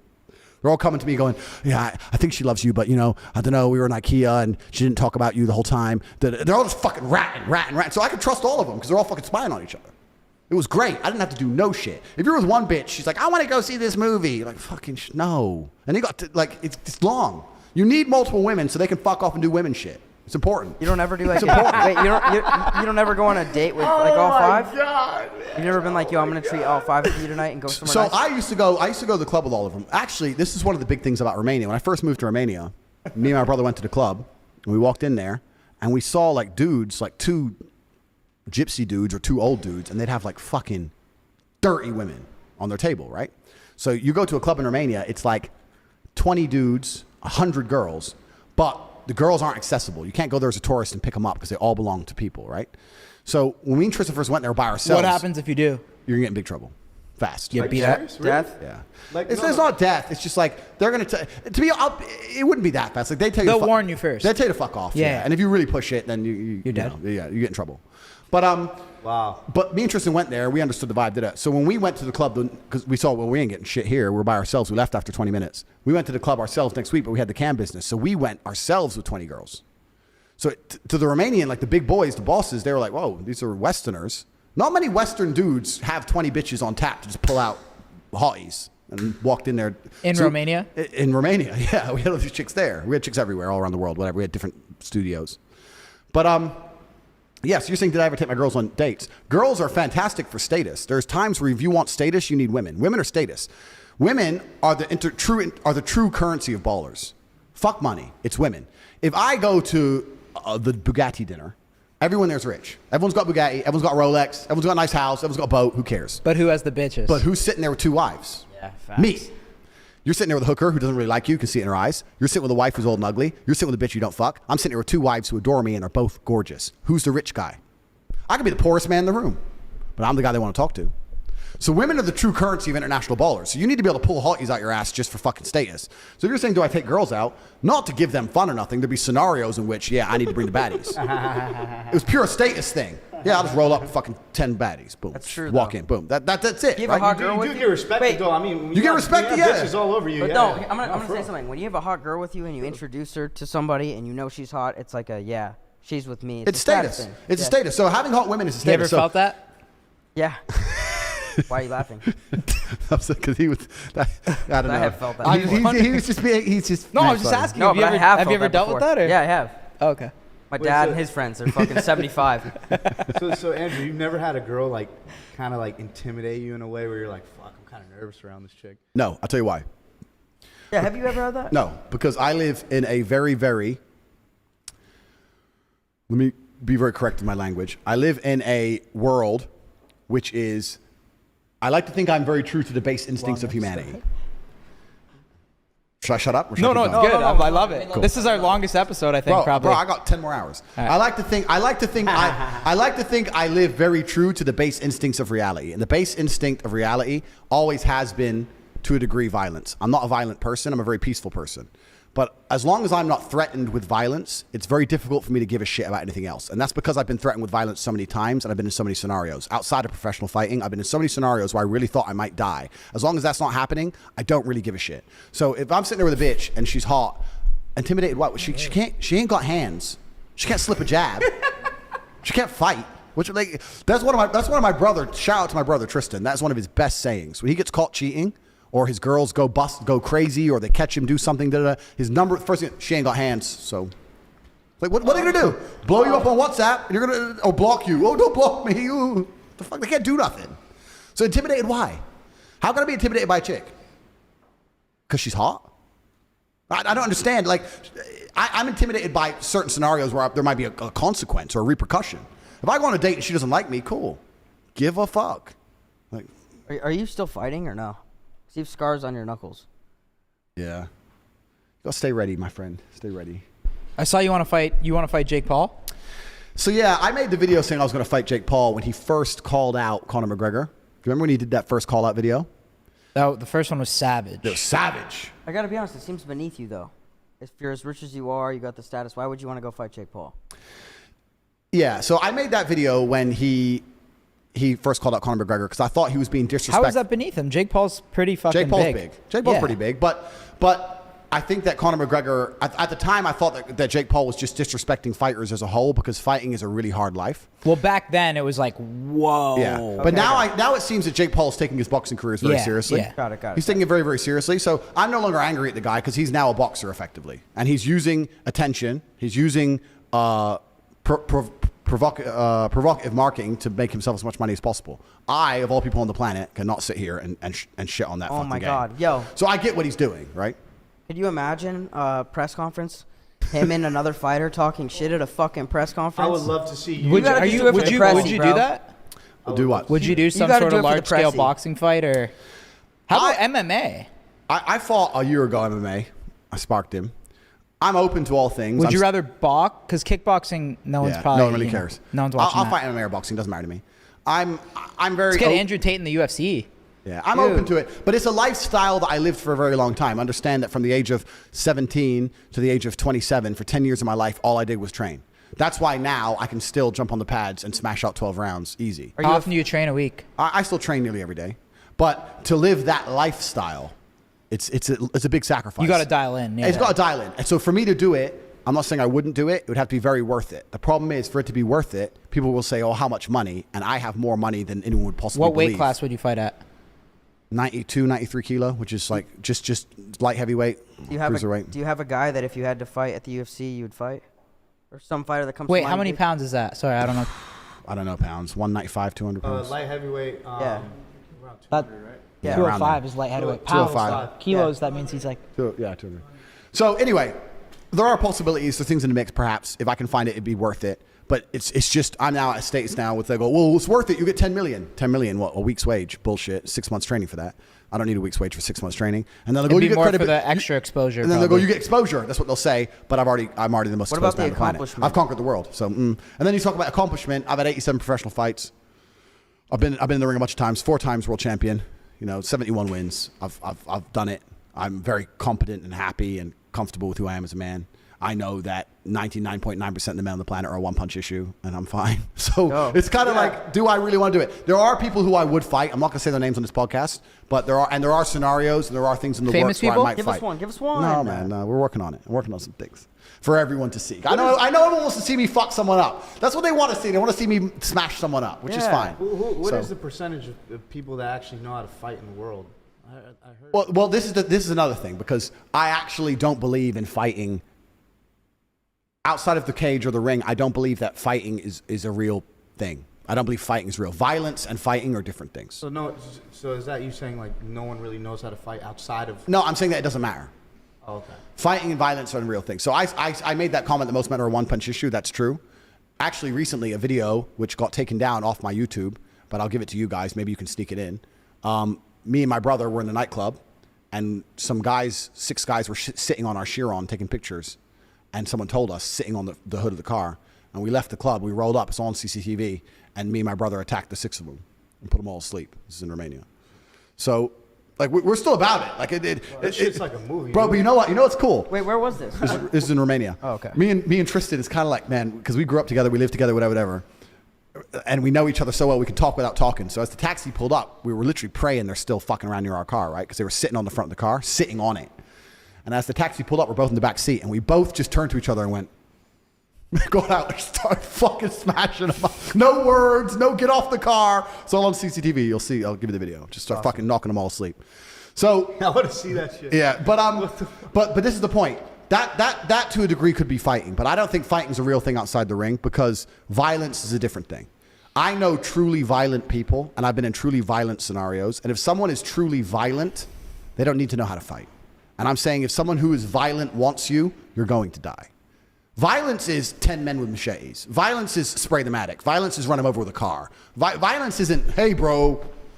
That's the olden days. Let's go outside, have a fucking. That's all gone now.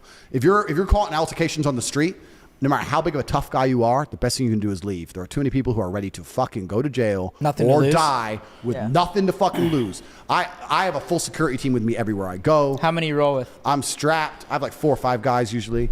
I'm strapped everywhere I go where possible. Like I really don't like the idea of having to hit people unless I really have to hit people because. You're talking about fighting and violence. How many people can't fight? You can get a guy who can't fight in an SUV who sees you on the sidewalk and just thinks, fuck this guy.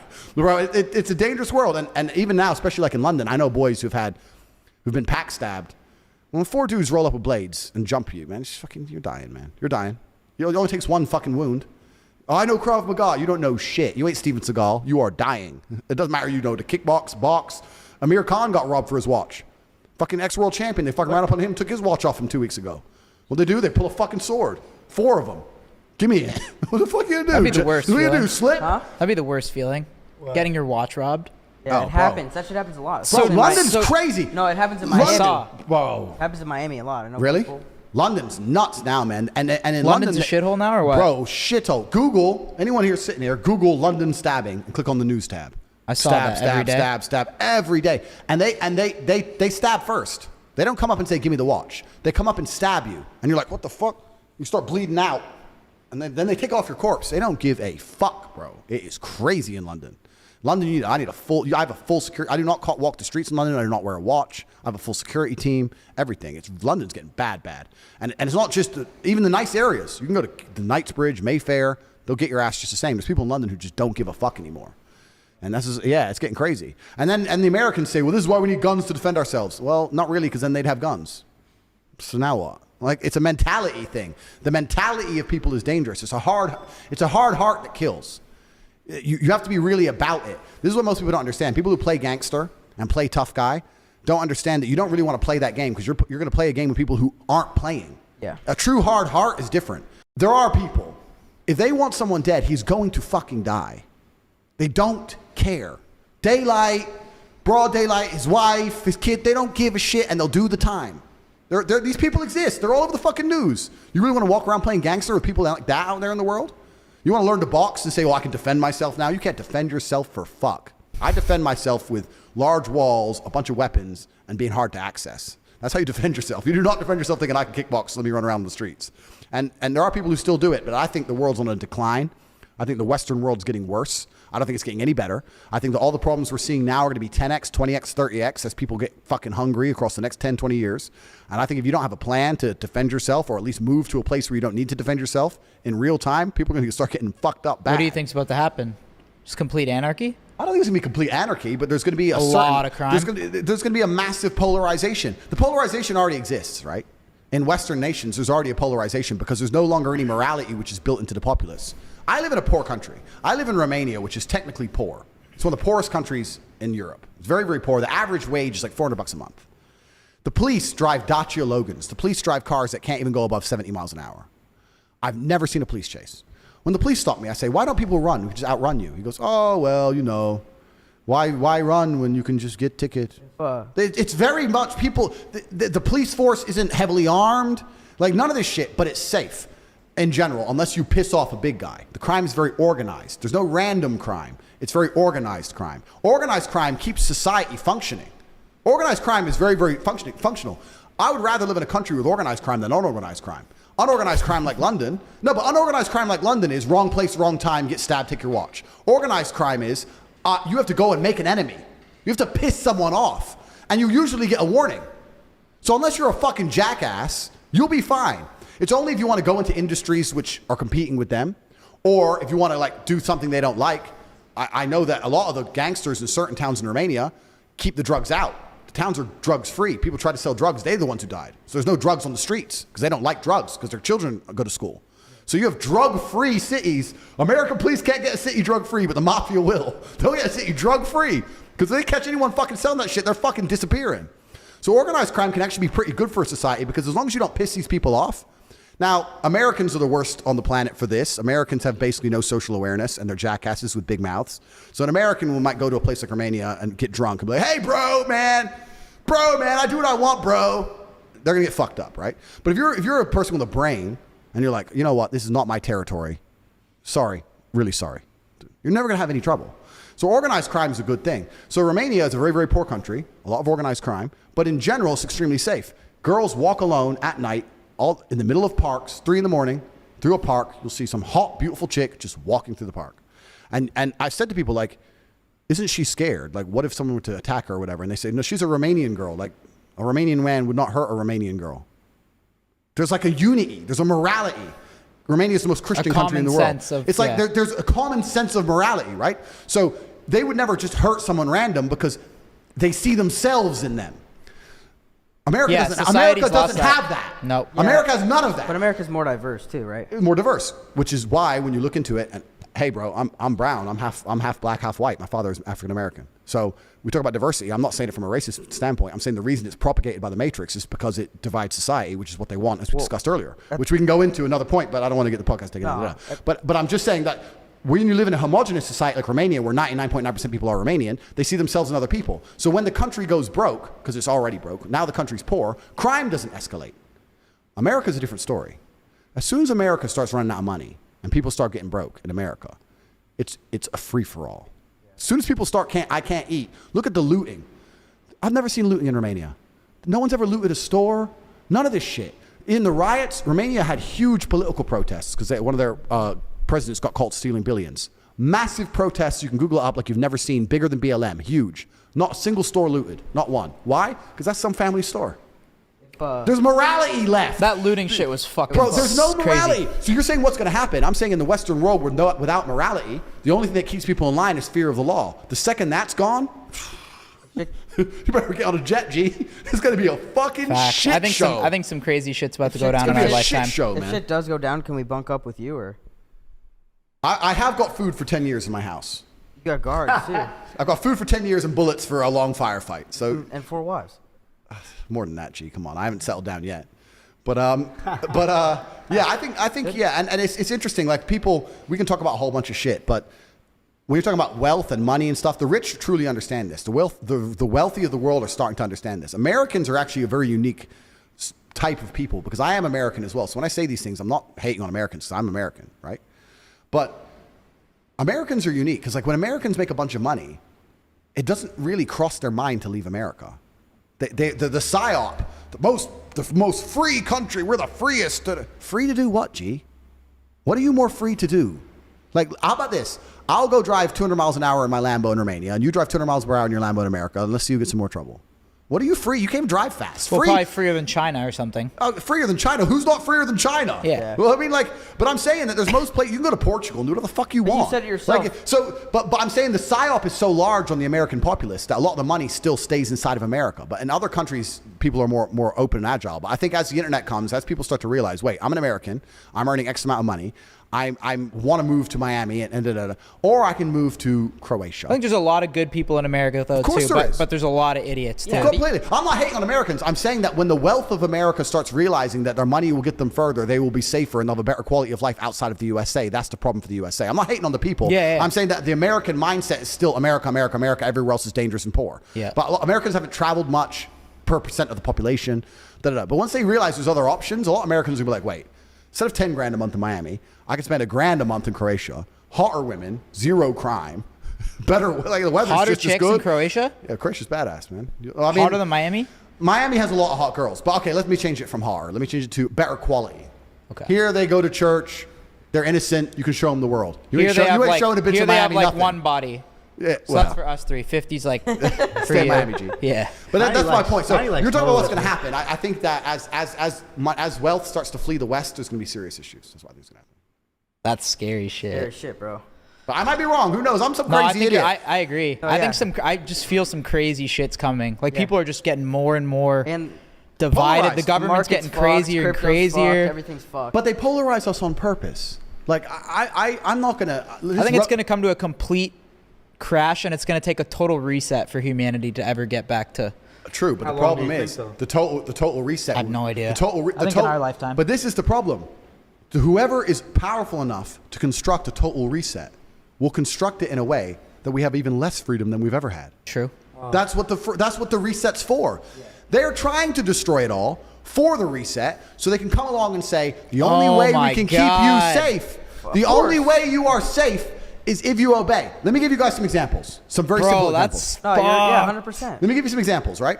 Because once the only thing that's preventing a huge reset right now is the human element. The human element is the one thing that they're combating against. So we were talking earlier about What do you mean by the human element? Right. We're talking about kids going to school and the mother involved and the human ideas, the human element. So let's give an example. The last 3 years, there was a pandemic, blah, blah, blah. They made all these crazy rules. The rules only exist if the police enforce them. And during the pandemic, I traveled the entire world. I never stayed still for a second. I managed to get in and out of every country I wanted to. I did whatever the fuck I wanted. So Sweden never locked down. They don't want to talk about that. They don't talk about the fact that in Stockholm, in nightclubs, it was full of chicks and it was completely fucking normal without masks. The whole time? The entire fucking time. So I'm in Stockholm for 3 months, right? So you can go to Stockholm, go from country to country, whatever. The country where the police forces are more professional, more inside of the matrix, had stricter COVID rules than the countries where the police are more corrupt and more lazy because you can't enforce it. So if I was in Serbia and didn't wear a mask and the police over there comes and said mask, I said, bro, this is stupid. I'm not wearing a mask. Okay. He doesn't get paid enough. He doesn't care. American cop, you better put it on, bro. Put on the mask. Like, so the police force, the more matrix minded they are, the more strict the society is going to be. And I'm saying the human element because there are certain laws that they'd love to make, but they can't make because they're too far for the police, even in completely controlled countries, Western countries, to enforce. If they were to say to the American police, kill everyone with the long hair, the police wouldn't do it, right? But the human element is being removed. This is what I'm trying to say. All this shit with electric cars and AI and all this stuff. Wait until the police are robots. Wait till they bring on the new COVID shit and there's no human element in the enforcement. Wait till it's fucking pure robotic. When they program the robots, if he ain't got a mask on, take him out. I think there's going to be a new... They won't give a fuck. There's not going to be, that's a grandma without a mask. It's not going to be, oh, that's my brother without a mask. It's not going to be, you know what, this pandemic's gone on too long. This guy doesn't have a mask on. It's not going to be, he's asthmatic. There are certain things you could, even as stupid as the police were during this thing, because the police proved themselves to be fucking retards. As stupid as they were, you could still reason with them. Maybe not in America, but in many places in the world, you could say, gee, I'm not wearing a fucking mask. It's a wedding. I want to take a wedding photo. And they'd be like, okay.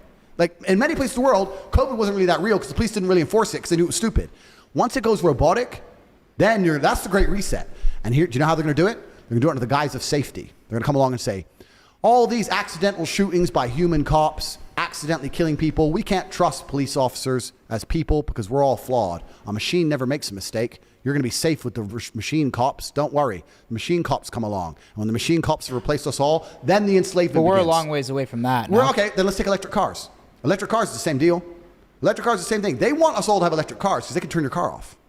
That's all the reason they want you to have one. They can turn it off. They can't turn off your combustion engine, but they can turn off your fucking electric car. So they're forcing us all to have them. What about for the environment, though? Here we go. Now let's talk about that. Talk about that bullshit. They want electric cars so they can stop you moving. That's the whole point of it. You think they give a solitary fuck about the environment? You said environment. The amount of lithium they're digging up to make these batteries is doing more damage to the environment than a fucking petrol engine could ever do. You're telling me about the environment, and these people are so scared about climate change, but then the second they get I think money... they're just doing it because it makes money, though. Because people will buy something to feel environmentally friendly. What I'm saying Like, I don't is- think Elon Musk's sitting there thinking, oh, I want to turn people's cars off. He's thinking people are going to buy electric cars Correct. to save the environment, Correct. and I'm going to make fucking Correct. money. But the people who are in charge of the world are going to propagate. Yeah, They'll get behind They're it. going to propagate it and purport it under the guise of control because that's all they're interested in is is he more behind control. it then, too? It's Or not. is No, he I think control- I actually believe Elon's a relatively good you guy met just it? making a good product. The point I'm trying to make is this.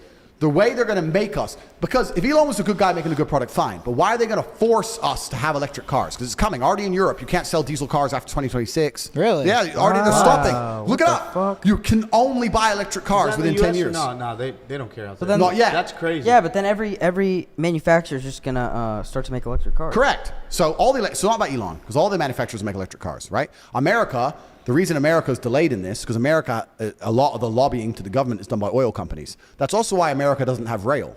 you ever wondered why America, as big as it is, doesn't have bullet trains?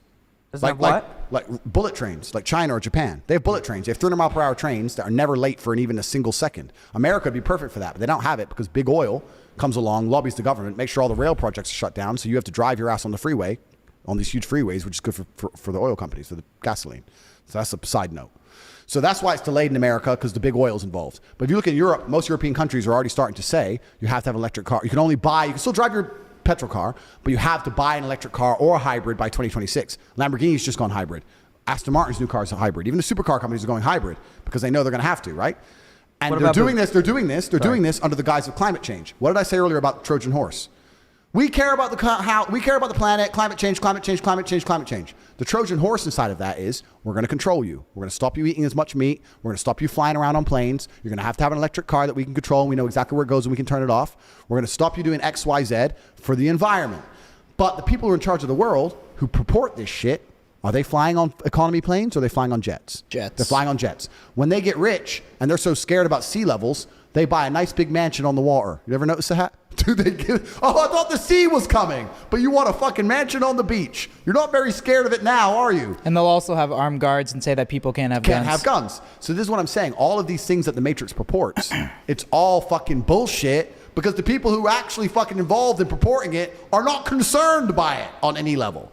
And they're going to come along to you and say, for the environment, don't eat meat, drive your electric car on Tuesdays, the only day it's going to turn on. Fuck you, you're a peasant, you're a slave, you're a peon. That's what you are and that's what you'll be. If you try and go to the protest about being a slave, we will shut your electric car off. Fuck you. Fuck yeah. Slavery's coming. And if you resist too much, the kill bots are going to turn up to your house, fucking drag you to Gulag Center number 7. That's the future of humanity. We're living in one of the last free times. Sounds fucking lit. It's coming. Right. It's coming. Mind fucking, yeah. Well, should we wrap? Andrew Tate, you're the fucking man, bro. Yeah, you're the man. Thanks This for is hanging great. out. This was by far, how long was this, boys? Like 2.5 hours. 2.5 You're the hours. fucking man, bro. We usually go for like 1:15, right? Yeah. This was great, though. This was amazing. This is awesome. You're the man. I'm warmed up now, so we can do another one sometime. Yeah, let's Yeah. do it. So Thank what's you. good? Good What's good for the rest of the week? Is there anything we should do? Like, I want to fucking. Well, can we kick it for a little bit? We'll smoke a cigar out there and talk about it? Yeah, we can sit a cigar. We can sit with a cigar. Let's chill. I'll get you guys. I'll speak to some of my friends in Croatia and get you guys a list of cool shit to do. Yeah. Oh, yeah. Because I'll be on the boat, but I'll Yeah. give you a list of shit to do, Let's places do to it. go, that kind of stuff. All right, man. You're the All fucking right, man. Thank Andrew you. Tate. That was lit. Yeah, that was Crazy fucking shit. lit. Thank Thank you, you, guys. bro. Thank you. Go. Thank you. All right, that pod was fucking hilarious. Andrew Tate, that guy's just a straight up comedian, man. Love him or hate him, the guy's hilarious. Just a reminder again, the high value male shirts, fire shirts, we're gonna be rocking them. They're on fullsend.com live right now. Very, very limited stock, so go to fullsend.com. Thank you guys for all the support on the podcast. This was a huge episode. We came all the way to Croatia for this. And then Monday, Nelk video. We're gonna go party with Andrew Tate right now. So get ready for the Nelk video Monday. Love you boys. See you soon.